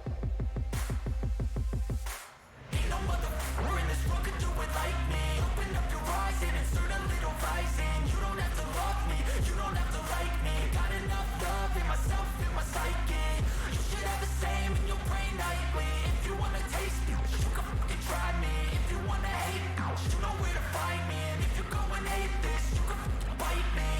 Okay, I'm going off every chance I get. I don't really take a loss, well, I'll admit. That's why I'll make it to the top, yeah, I commit. And no, I'm never getting lost, I get after it. Investing in my own stock, cause it's faster than any crypto hits go, let me spend. Everything that you see is something I invent. And it's only a percent. I'm gonna take shots. If I miss all, forget it. I'll take a fat loss just to learn all that's in it. I'm taking snaps. Hello, everyone, and welcome back to Summoner's Rift for what could be our final game here of the Diamond League here on the Blue Otter League. Once again, I'm Camcom, joined by Goth Boi here on the desk. Lotus taking on Red Side, currently 2-1 up in their best-of-5 final series against Goth Boi Clique. Goth Boi Clique, they gotta win this game, take us to a Game 5, win Game 5, and then they can take home the title. Lotus, they only have to take this one home. Go Farino, it is all online here for Goth Boi Clique. And it is kind of just do or die, quite literally. It's not like there's any more cushioning. This isn't regular season where, okay, we drop a series here, we can still go to playoffs. It's not like there's a loser brackets. I mean, this is the grand finals. This is the big Papa Cheese in the house right now. And if you come this far, yes, getting second is still good, but you're so close to tasting first, especially after you win the first game in such convincing fashion. And in games 2 and 3 for Goth Boi Clique, they've had these early leads, but they just haven't been able to convert. And that's kind of gotta be a huge thorn in their side, to say the least here, Camcom. It's not like you got crushed. It's like, okay, yeah, we gave it our best. It's like, we gave it our best, and we're actually so damn close, but we just could not close it on out.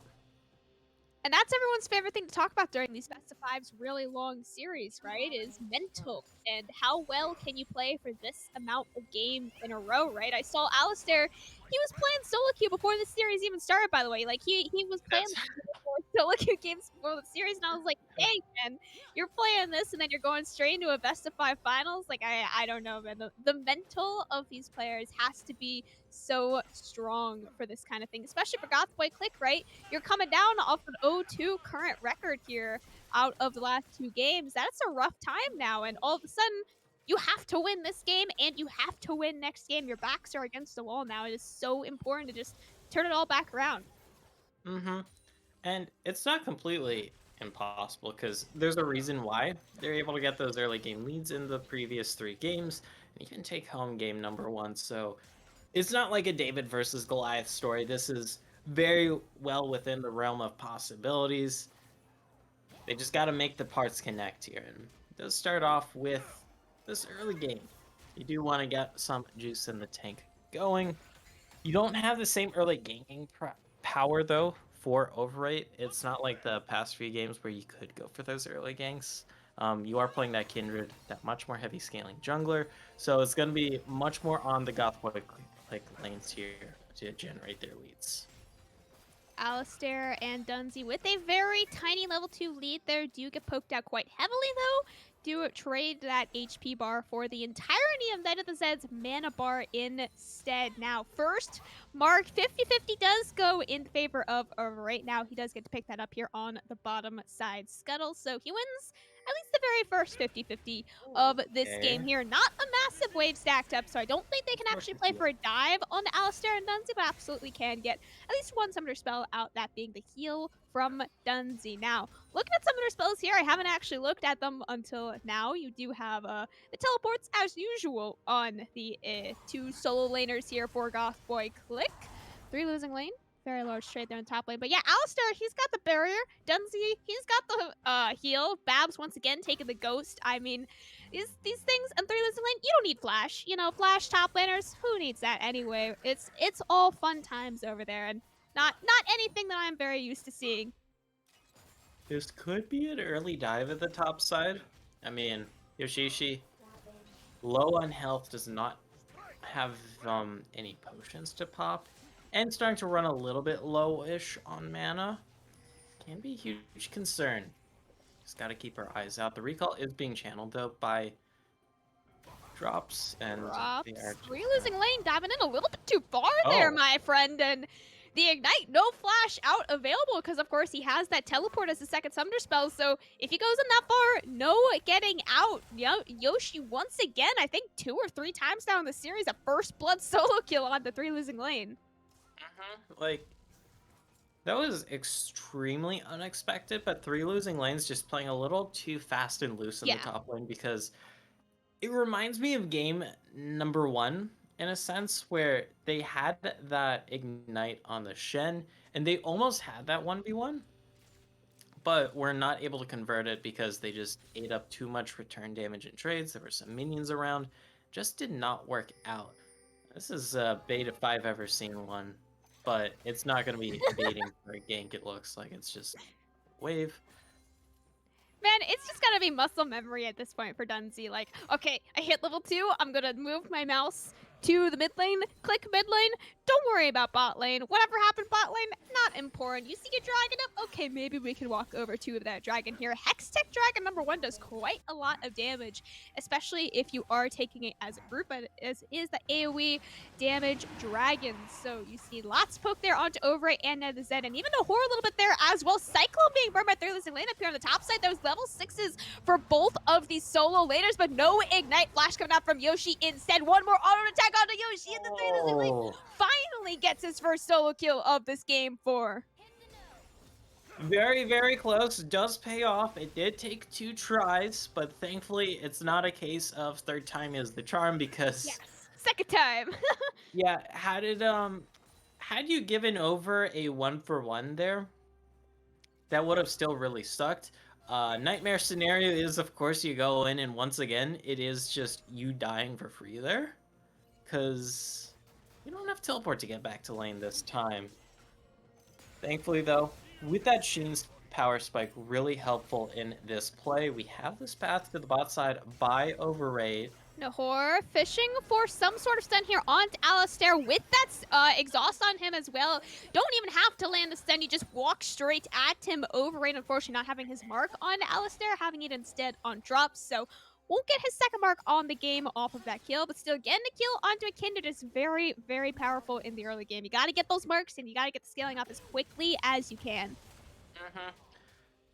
Granted, had Overrate put the mark on Alistair there in the bot lane, it kind of would have telegraphed what the next move might have been, because that is one of the big problems people have when they play Kindred. It's like, alright, I'm gonna gank this lane. I want to put a mark on you, so that way I get extra value out of the gank. But then when you put the mark on them, it's like, why did I just randomly get this Kindred passive moved onto me? Could it be the Kindred player is trying to gank? So that's probably why Overrate did not do that.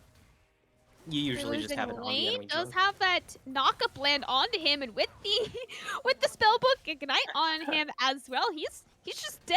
You know, he tried to walk up, farm a couple minions. How dare he?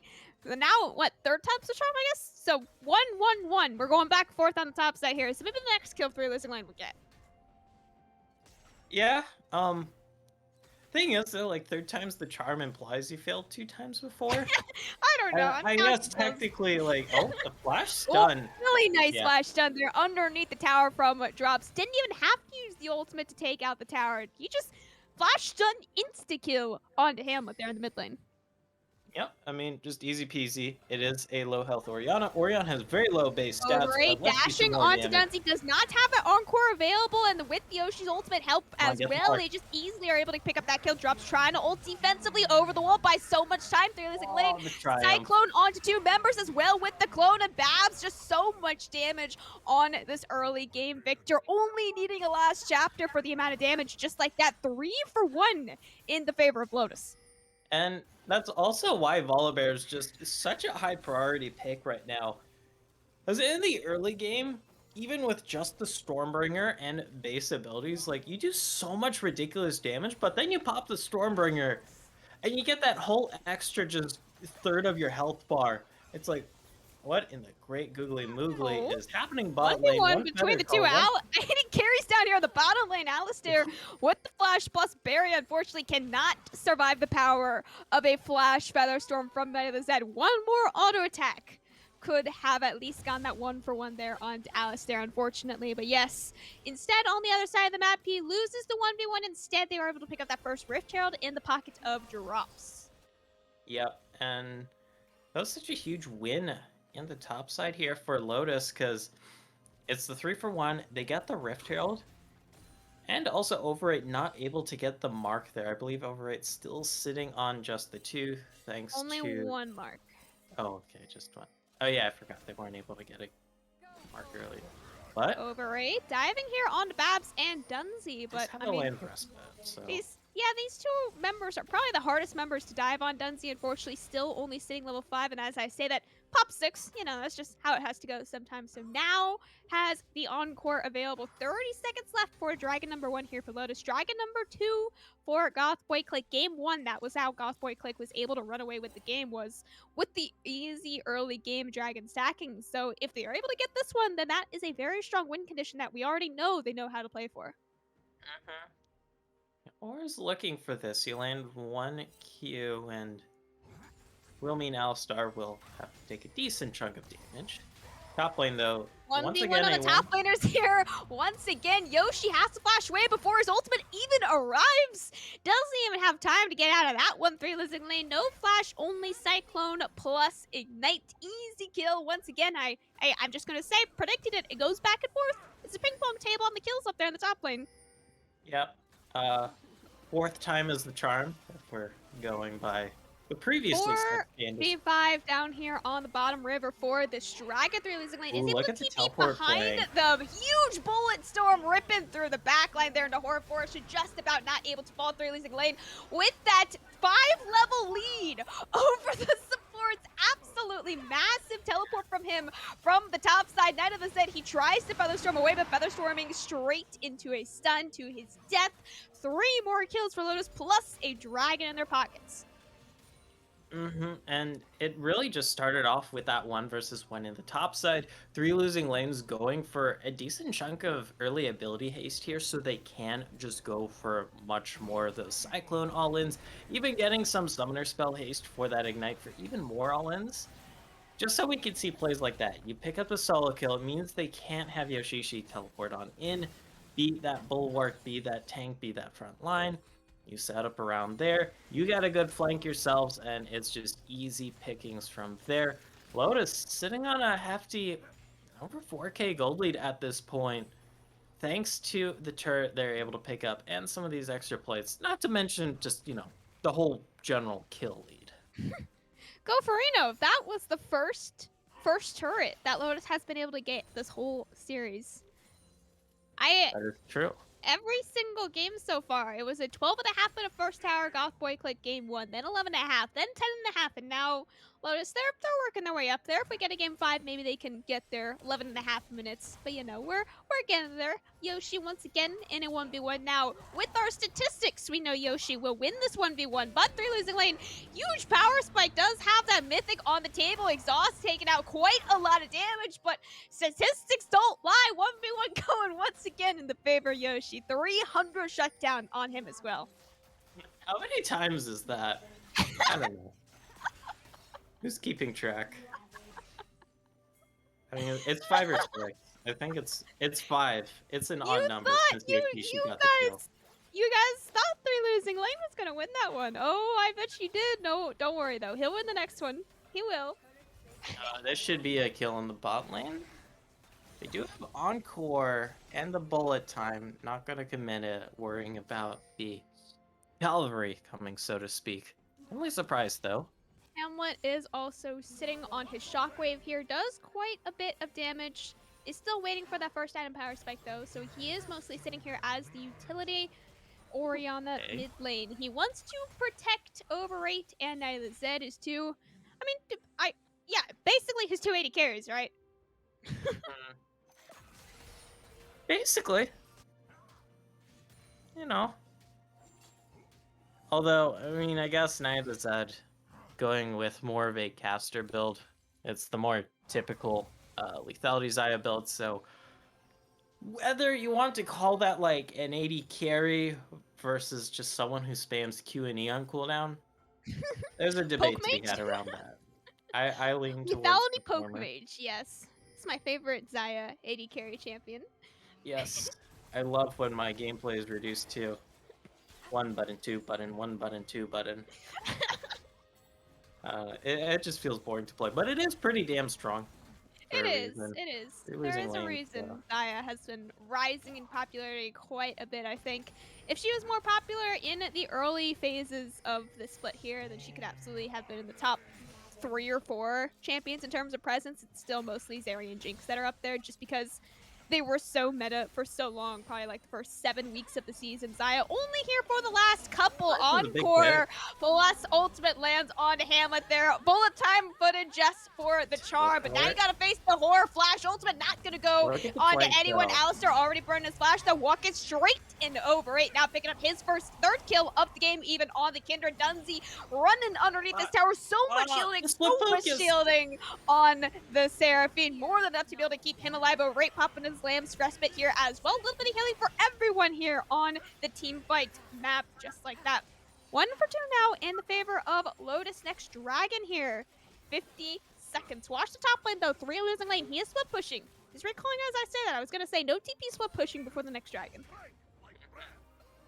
Oh? Okay, we're not going to see anything else off the back of it. But Goth Boi Clique, they split their focus there in the latter end of that fight, and that's what ended up costing them that extra member there. They could have probably forced a 2 for 2 there at the very least. But in the end, it is that 1 for 2. Lotus does still stay on top here with a very healthy 5k gold lead. This early into the game, I mean, just over 16 minutes. That's pretty damn nice to have. Yes, it is probably focused much more towards your top side, but you're going to have the whole squad here for this dragon. Whole squad here and now over 8 at 3/4 of his HP. Not the HP that you want to be at as the jungler, walking into a very important dragon fight here. Dragon number 2 for both of these teams. Flash for one person there in the mid lane. I'm not even entirely sure who, but Dragon is just started up over it. He has vision of it. He's going to try to jump over and look for the steal onto it and not find a 100 HP on the dragon. Goes in the favor of drops over it. Is able to jump over the wall, not even having to commit his own flash. Meanwhile, here in the mid lane, Babs, so much damage with that Chaos Storm. 1v2ing here on his own. 1v3 even. Just keeping everyone out of the river, letting the rest of Lotus take the dragon in peace. No kills to be found, but the easy dragon secure in the favor of drops. And Lotus, they've got to be feeling really nice now because Goth Boi Clique, they tried what they could to contest that, but not able to do too much. The 3 losing lanes in danger, though. Oh no, 3 losing lane. He's got to get a kill here or it's all ruined. All right, Okay, bullet time. that's It's good. The statistics are good. We're keeping it. Cyclone, unfortunately, only on the one without any clones. Not going to be as impactful, but yes, we keep the statistics alive. All right, next kill is going to go over to Yoshi. We know that 100% certainty does not fail. Yes. Okay, I was a little worried because Yoshishi is kind of pushing up and 3 losing lanes could just dive on top of them. Without the Ignite, without the Cyclone, yes, it isn't like enough immediate burst, but like you could definitely make it work. Not going to be the case though. More than happy. I mean, you get another kill as this Wukong in the side lane. And Lotus just feeling fine and dandy here. Gold lead has grown. You got another dragon under your belt. What can Goth Boi Clique really do? Because the damage feels like it hasn't really come online for the Goths here. You are still kind of waiting here for, I guess, the power spikes between Overrate and Ned Zed. Hamlet on the Orianna requires a pretty massive gold lead on the champion to be able to do actual damage on it. So at this point, she is just, I would predict, be building utility to help out Knight of the Zed and Overrate. I mean, yes, you still can do a little bit of damage in the later stages of the game with Orianna, but she is built to be a mid-game. I was gonna say mid lane mage, but no, like mid game team fight type of mage, right? That's how our champion is supposed to play. So if you get this far behind in the early game, especially against a Victor who will absolutely outscale you in terms of damage, you just have to play utility for someone else on your team that will eventually scale in damage, neither Zed or Overrate. Overrate, though, diving in straight onto Alistar with that ultimate, looking for a little bit of healing there with that Encore coming out there as well. So much damage, and with that extra healing from the Good ultimate, work, is actually though. going to be able to shut down Alistar even through the barrier damage as well. Yoshi with a double man knockup as well, but unfortunately without any damage follow-up, it is a largely wasted CC ability. Yoshi is able to dash away. Gonna be perfectly fine there. 1 for 2 in the favor of Lotus once again, but Alistar falling does take a lot of damage out from these towers. Yep. You know, you already picked up that one turret. You have the kill lead. Almost take down this turret, but not quite enough. Lotus just sitting pretty damn comfortably, and I mean, Goth Boi Clique, they just haven't been looking the same as they have throughout this entire series this game. Not able to get that early lead. There should be a solo kill. Come on, Yoshi. Come on, Oh. Yoshi. You got this. Ah, it's okay. Okay. We'll get him next time. Don't worry. Through this lane, he's simply the distraction here, right? You see the rest of Lotus all playing around this top side. The Baron is up through losing lane. He has the TP up as well. Nahor face checking it completely on his own. He is lucky to be alive right now. I would absolutely not be if I did that same exact thing. Yeah. Thankfully, you are the Braum, so you at least have some natural tankiness, even though you're 0-4-3. It's 20.5 minutes in, and because you're support, you don't get to have your mythic finish now, because that's how League of Support Legends life. works. God. Unfortunate. It's such, it feels bad. You can get a fairly early mythic on supports if you don't buy boots, but you know, supports like Braum, you really do need boots, so it is much more worth to buy the boots early. But yeah, it just delays your mythic by quite a lot. Yeah. The support mythics are like 2,500. That's pretty low. But your income is also just giga low, and when you're this far behind, it's like, yeah. Babs, some Ow. extra damage That there hurt. onto Overrate. Chaos Storm popped way before the team fight starts to hopefully get it off CD before the next team fight. For the actual dragon here, this is sole point for Lotus now in their game 4 of finals. Remember, they only have to win this game right here to take home the title of BOL Season 2 Diamond League Champions. This dragon, sole point, is quite game-changing if they are able to secure it. That then immediately forces Goth Boi Clique to do something about it in the next 5 minutes before the soul is finally claimed. Of course, not as scary as an Infernal Soul that we had in Game 1, but still Cloud Soul is absolutely better than nothing. Looks like Goth Boi Clique not even going to take the fight. They say it's all right. You can take this dragon. We will take the fight on the next one instead, giving it over for that little bit of extra gold off of the objective bounty in the mid lane tower. It's something. But you're gonna have to do this same song and dance in another 5 minutes here. Baron's still on the table, so it's like, yeah, we got this Cloud Dragon. Oh, they got Baron. Horn We got a Pop fight. is able to land onto Babs, and huge shockwave pulls him right That is back a in big from the shutdown flash with Overrate. this flank. Diving Wound with his ultimate as well through losing lane in the back line. Huge Cyclone DP flank as well. He is just 1v4 for so long, and he is still alive thanks to diving back into Dunsey with that extra healing as well. So much healing, so much shielding. It's another double kill coming up for drops now as well. No horror. You can run, but you can't hide from drops. He will forever chase you, and as I say that, he actually doesn't forever chase, and he actually just lets him live. And you know what? We'll go take the Baron instead. 3 more kills not picked up for Lotus now, and a Baron. Like, the start of that fight was about as good as Goth Boi Clique could really get there realistically. The problem is that Overrate had a dive in so far that they were just kind of left to die as soon as the Lamb's Respite ended. And Overrate is your damage right now. It's gonna be the way you get through these tanky frontliners. And a beautiful flank with that teleport from 3 losing lanes. You can't really do squat about that. So you just gotta eat that full Cyclone and, you know, yep. That's damage. Quick shout out to our other series going on tonight. Our 3rd and 4th place teams We Love Solbert and CB Diamond. CB Diamond, of course, taking Lotus to a game 5 in their semifinals. WLS taking Goth Boi Clique to a game 4 in their semifinals. It is currently on a game 5 in their third place match going on live as we speak. So, WLS taking game 1 and game 4. CB Diamond taking game 1 and game 3 for WLS, and CB Diamond taking game 2 and game 4. So, math statistics for their series. Since WLS takes game 5, we will have to wait and see where that series lands. There is a little extra prize pool built into it for third place, so that series does actually give a little bit of money to whoever does win it. You also do get the figurative bronze trophy. Yeah. I mean, there's no physical ones. This is a digital tournament, and some things are sadly outside the Blue Otter League budget. Can't use channel points to buy real world things, unfortunately. I think we should petition Bully to add trophies. 100%. We gotta spend like $500, I think, on just all the trophies. Don't worry about budget for anything else. No. We need There's trophies. a lot of money if they pick it up.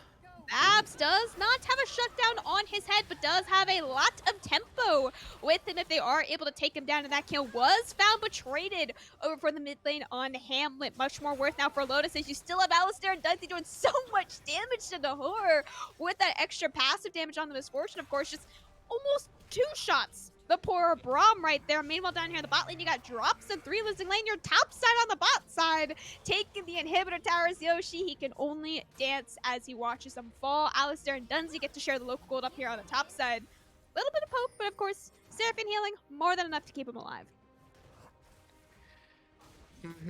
And Goth Boi Clique, their base is kind of entering the in shambles point. You have that bot lane inhib down. Soul is up in about a minute here. And you're still at about as much of a gold deficit as before, so it is a really hard sell. But they do kind of have to go for the YOLO swag play here and just throw the kitchen sink and hope it results in a game 5. You know what? I like the throw the kitchen sink win game 5 type of angle here. Lotus, I mean, we gotta give a shout out to Lotus though, right? They've been scaling up in their gameplay just throughout the whole series. Really, game 1 they lost. Game 2 it was pretty close, honestly. It was really back and forth with them and Goth Boi Clique. Game 3 slightly more dominant. Now game 4 you got what, like a 10,000 goal lead before even the 20-minute mark. It's been pretty crazy here for Lotus just throughout the whole series. The progression of losing game 1 to now a 10,000 goal lead at some point within both game 4 or game 2. Sorry, game 3 and game 4. Numbers are hard sometimes. It happens. It's been a long night, even though it's only been like 3.5 hours. It adds up when you're just constantly talking in front of a screen, you know? It's tiring. Let's see. The Cloud Soul Man, by the way, just there's not really an opportunity for Goth Boi Clique to try and contest this Cloud Soul. It would have quite literally been throwing a kitchen sink at them and trying to steal it away. Overrate not even gonna pop the Lance Respite on that Chaos Storm. Instantly blown up. Another instant 40-second death time for him, sending him right back to the Fountain 3 losing lane. He's not gonna win this 1v1 based on our previous statistics. He does go golden here. Cyclone is still available if he wants to continue diving, and once again in the 1v4, now you got the encore coming out from Dunsey as well. Huge triple back up once again from the second half of the Cyclone. Yes, but the script is alive. Don't lie. You cannot die when you are down on the statistic numbers. Once again, Yoshi picking up the 400 shutdown on the 3 losing lane. You still got to keep the rest of the baseline, but for the first time in quite a while, it is a team fight win for Goth Boi Clique. Just barely, though, and you did still lose out on your mid lane inhibitor. It is a bit of a breath of a life, though. Breath of life? Yeah, breath of life. Breath of a Life, yes. We are actually playing Nintendo Switch games here. Yeah. Have you played Breath of Life? It's the best game on the Switch.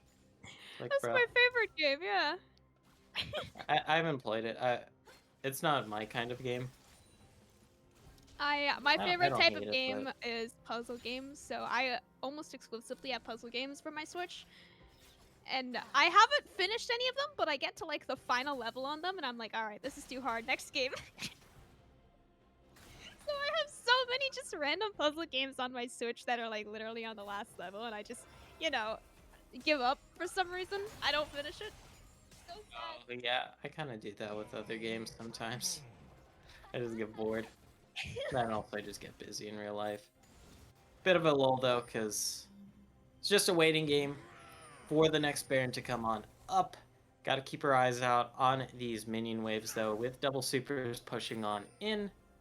Extremely hard to defend. There is one classic League of Legends statistic where the chances of coming back while you have one inhibitor down while low is like still kind of feasible. This is this easy solo kill. We don't need to cast this. Like, Nah. Well, No. okay, Oh, at least they're okay. out. Hamlet is only one level down, honestly, from 3 losing this lane. That is is, not that bad. Overrate, though.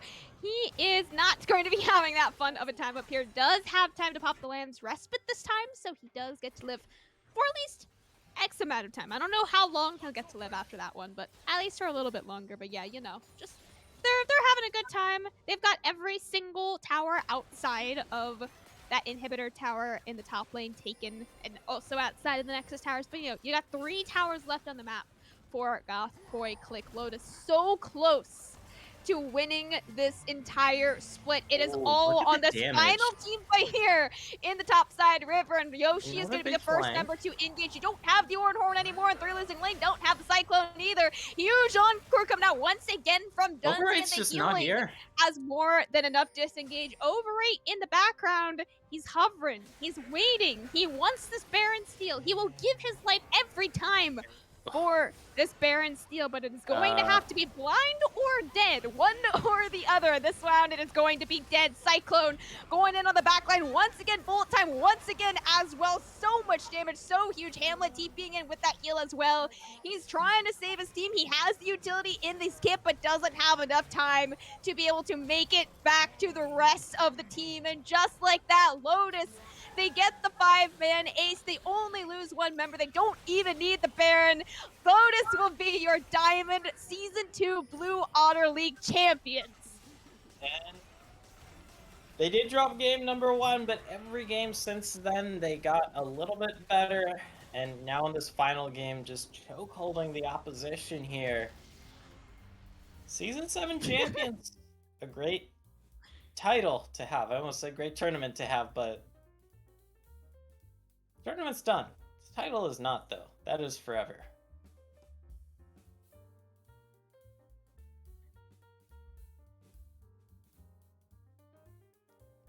Oh. Okay. Hello? Hello. Okay, it was the same bug as game 1 where Every time my Discord dies when the league dies. So Yep. congratulations to Lotus 3-1, even better than the 3-2 that we had in semifinals for them against CB Diamond. They had the 3-1 in quarterfinals against MSU, 3-2 against CB Diamond in semifinals, and now 3-1 against Goth Boi Clique. Better and better every single time. Huge congratulations to them. They had first seed for, a majority of the split here, and then they dropped to 3rd seed due to the 4-way tiebreaker in 3rd seed, just to some unfortunate seeding circumstances. They thought that they secured the 1st seed. I told them that they secured 1st seed, and then all of a sudden, no, they actually had to play quarterfinals against MSU Blue Hall out of nowhere. So, yeah, congratulations, making it all the way here from an extra series of games. Best of 5, best of 5, best of 5. They win them all. They take the title and the imaginary trophy home. And I believe we will have an interview set up. Yes. In just a moment here. We just We gotta are- get everything arranged. We're going to find an interview partner. Somebody will be interviewed here. Yes. So don't go anywhere. We'll be right back with some amount of members from Lotus on our stream.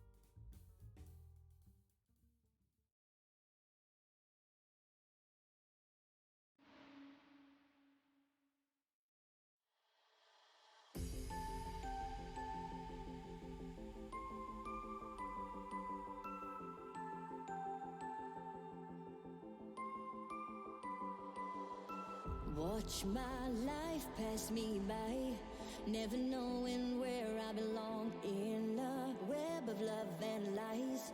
As you string me along, and I can't breathe, I can't see.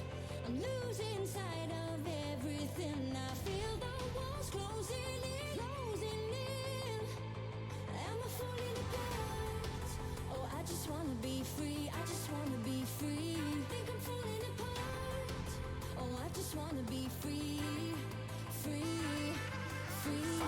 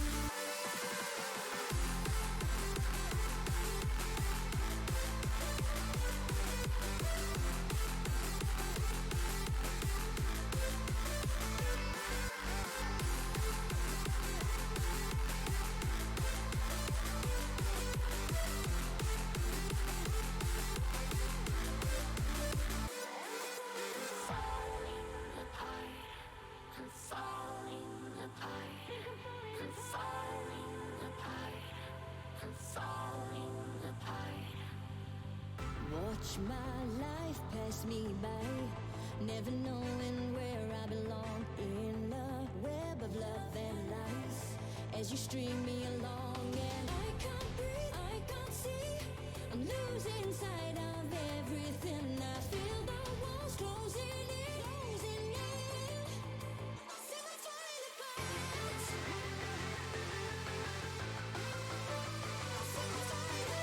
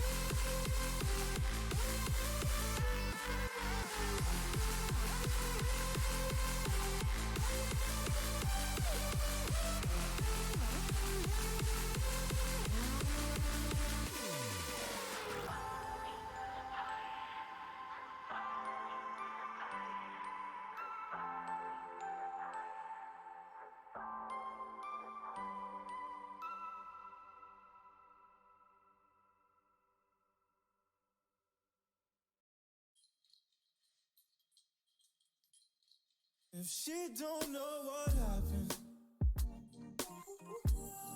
then I might call that tragic. I misplaced all my matches on my way to that address. Drink it too slow, slow. Drink it too slow, slow. Drink it too slow, slow, slow. Drink it too slow, slow. So please don't judge my actions. I've learned my way through practice. I misplaced all my matches. I'm on my way to that address. Drink it too slow, slow. Drink it too slow.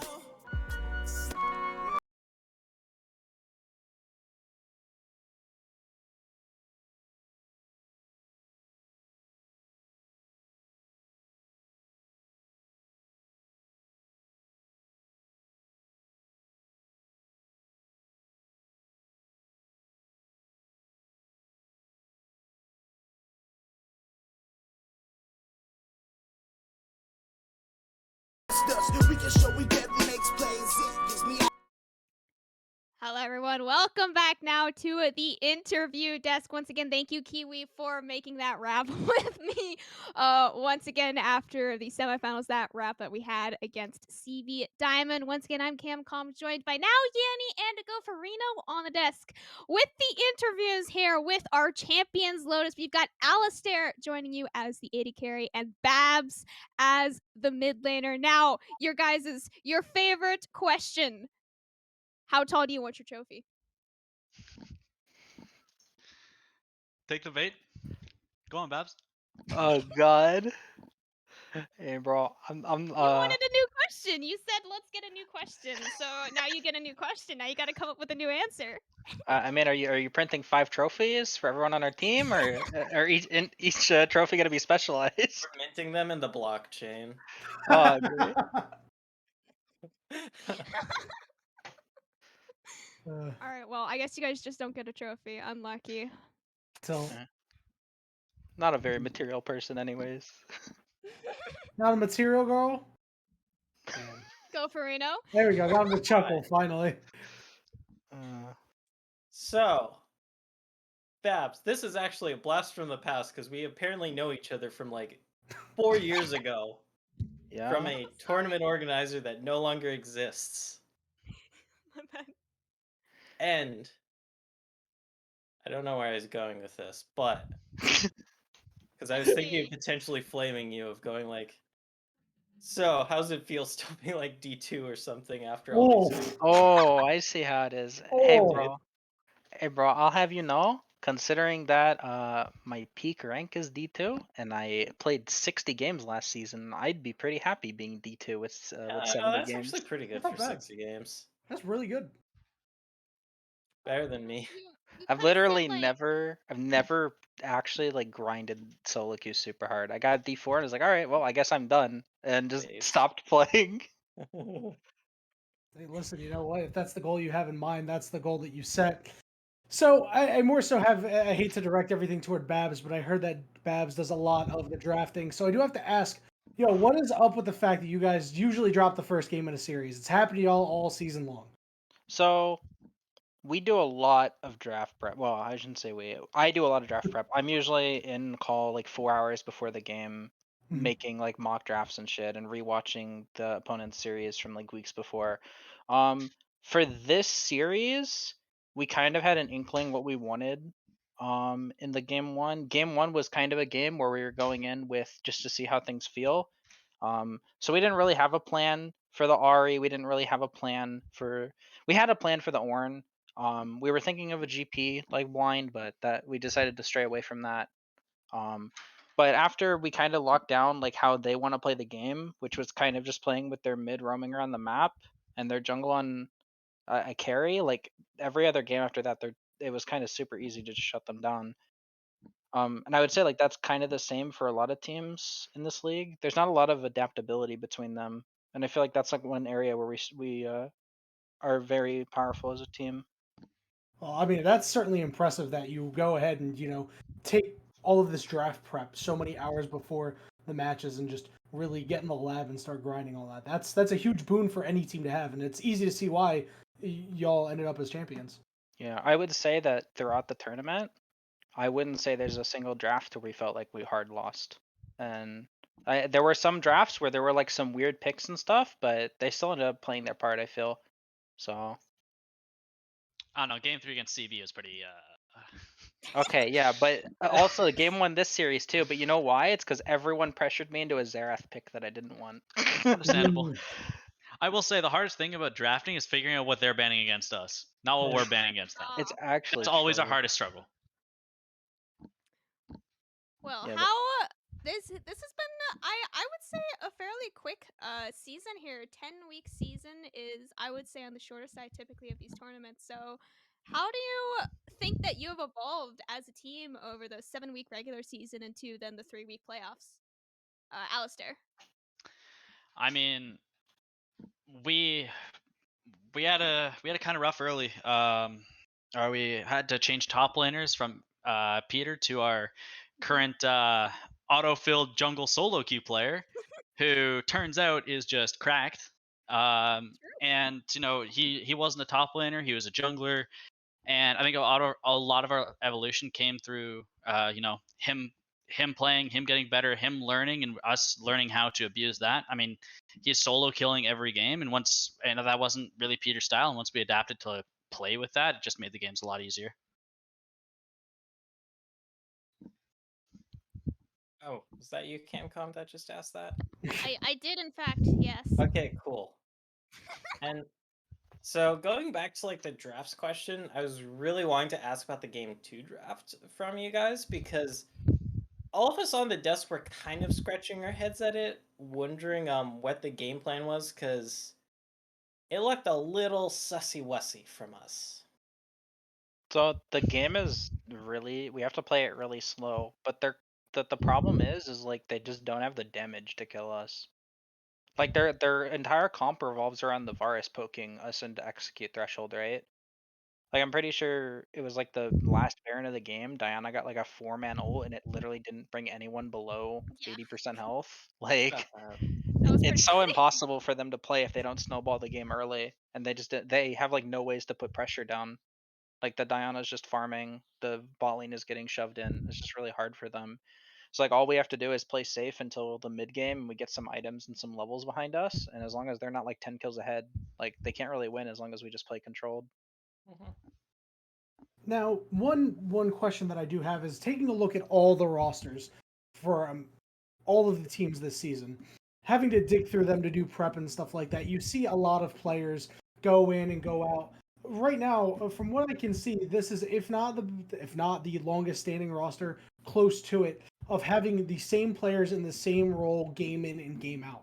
How much does synergy do past being exceptional players? Because it's pretty apparent to see that you're all exceptional players. How big is the synergy for the team as well? I mean, I think the synergy is pretty big.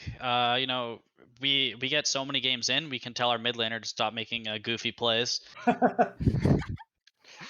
Yeah. Listen, I mean, like, if he's gonna make the drafts, let him make the goofy plays. All right, he's gotta do something. To have Hey, he some can make the fun. goofy play as long as we win the game. no, We just have no, to hold him back sometimes. the exception I get is my picks. I don't get the exception in game. I get the exception in draft. I get to play what I want. Yeah, you're the shot caller for the draft. You know.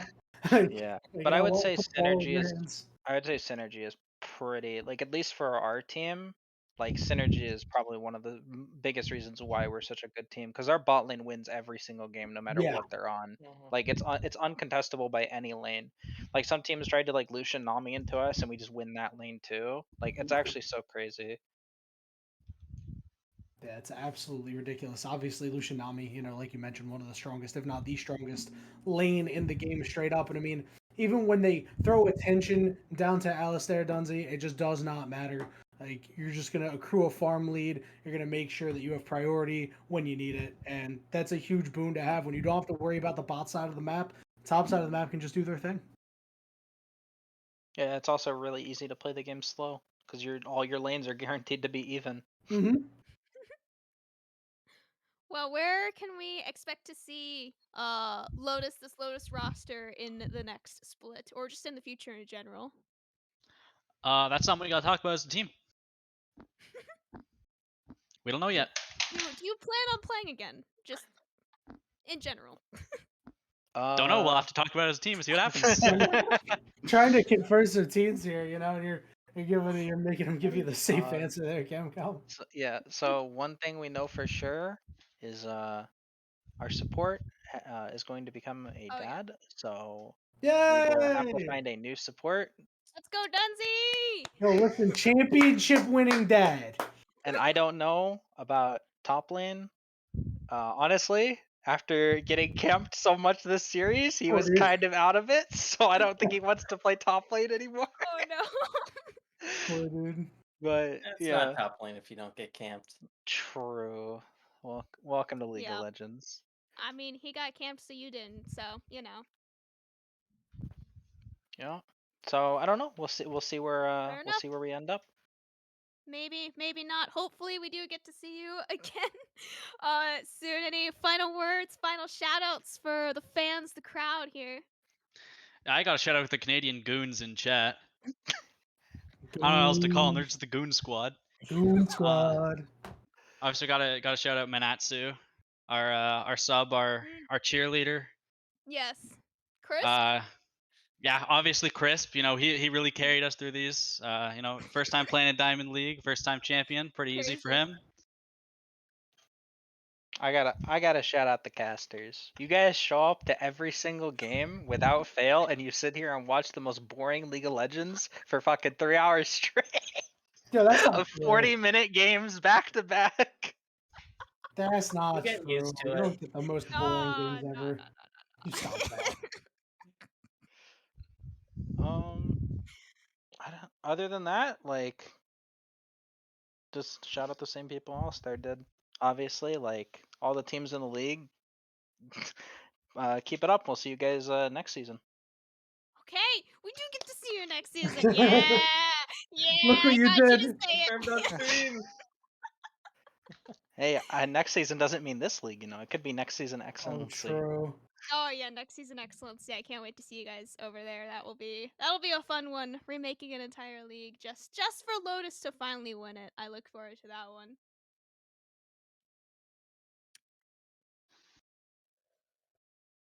All right, well that is Yeah. okay. I believe that's it. Sometimes I thought, okay. Anyways, that's gonna be the end of it for our Diamond League here tonight. Yeah, game 4 here. We do still have game 5 going on, I do believe, between WLS and CV Diamond for their 3rd place match over there. That'll be a fun one to see who takes home the 3rd place prize for our Diamond League. But you got Lotus taking 1st place, Goth Boi Clique taking 2nd place. Huge congratulations to both of these teams here tonight. Of course, huge congratulations to all the teams that have played here in the Diamond League. Daydream is telling me WLS won. I don't see it on the stats page, so I'm not going to believe you, Daydream. I think you are lying to me. I'm not 100% certain on that one yet. we do a little. WLS did win. Okay. I don't know. Maybe my stats are just late or something. Oh, yeah. Nobody updated the stats. Okay. So, yep. Okay, Daydream. You're not a liar. Thank you, Daydream. WLS taking 3rd place. CV Diamond will be your 4th place team here in BOL Diamond Season 2. You've got semifinals in our Platinum League tomorrow night here on the stream, and of course, our 2nd stream as well. And then quarterfinals for our Gold League on Wednesday night's streams. Thank you all for watching. Thank you all for playing here in this Diamond League, of course, if you did play. That's been it for me. I've been CamCom. We got Pop-Tart behind the scenes here today, clicking all the buttons. Yanni on the desk with Kiwi. Huge shout out to Kiwi, by the way, making the wrap with me over the weekend, and then also editing it all together, and then even popping on the analysis desk for a little bit of extra fun. And go for Reno, of course, on the desk with me. Casting the games here tonight. Shout out to TDS as well, watching behind the scenes. Thank you all so much for this entire incredible season, and catch you tomorrow for semifinals on the Platinum League.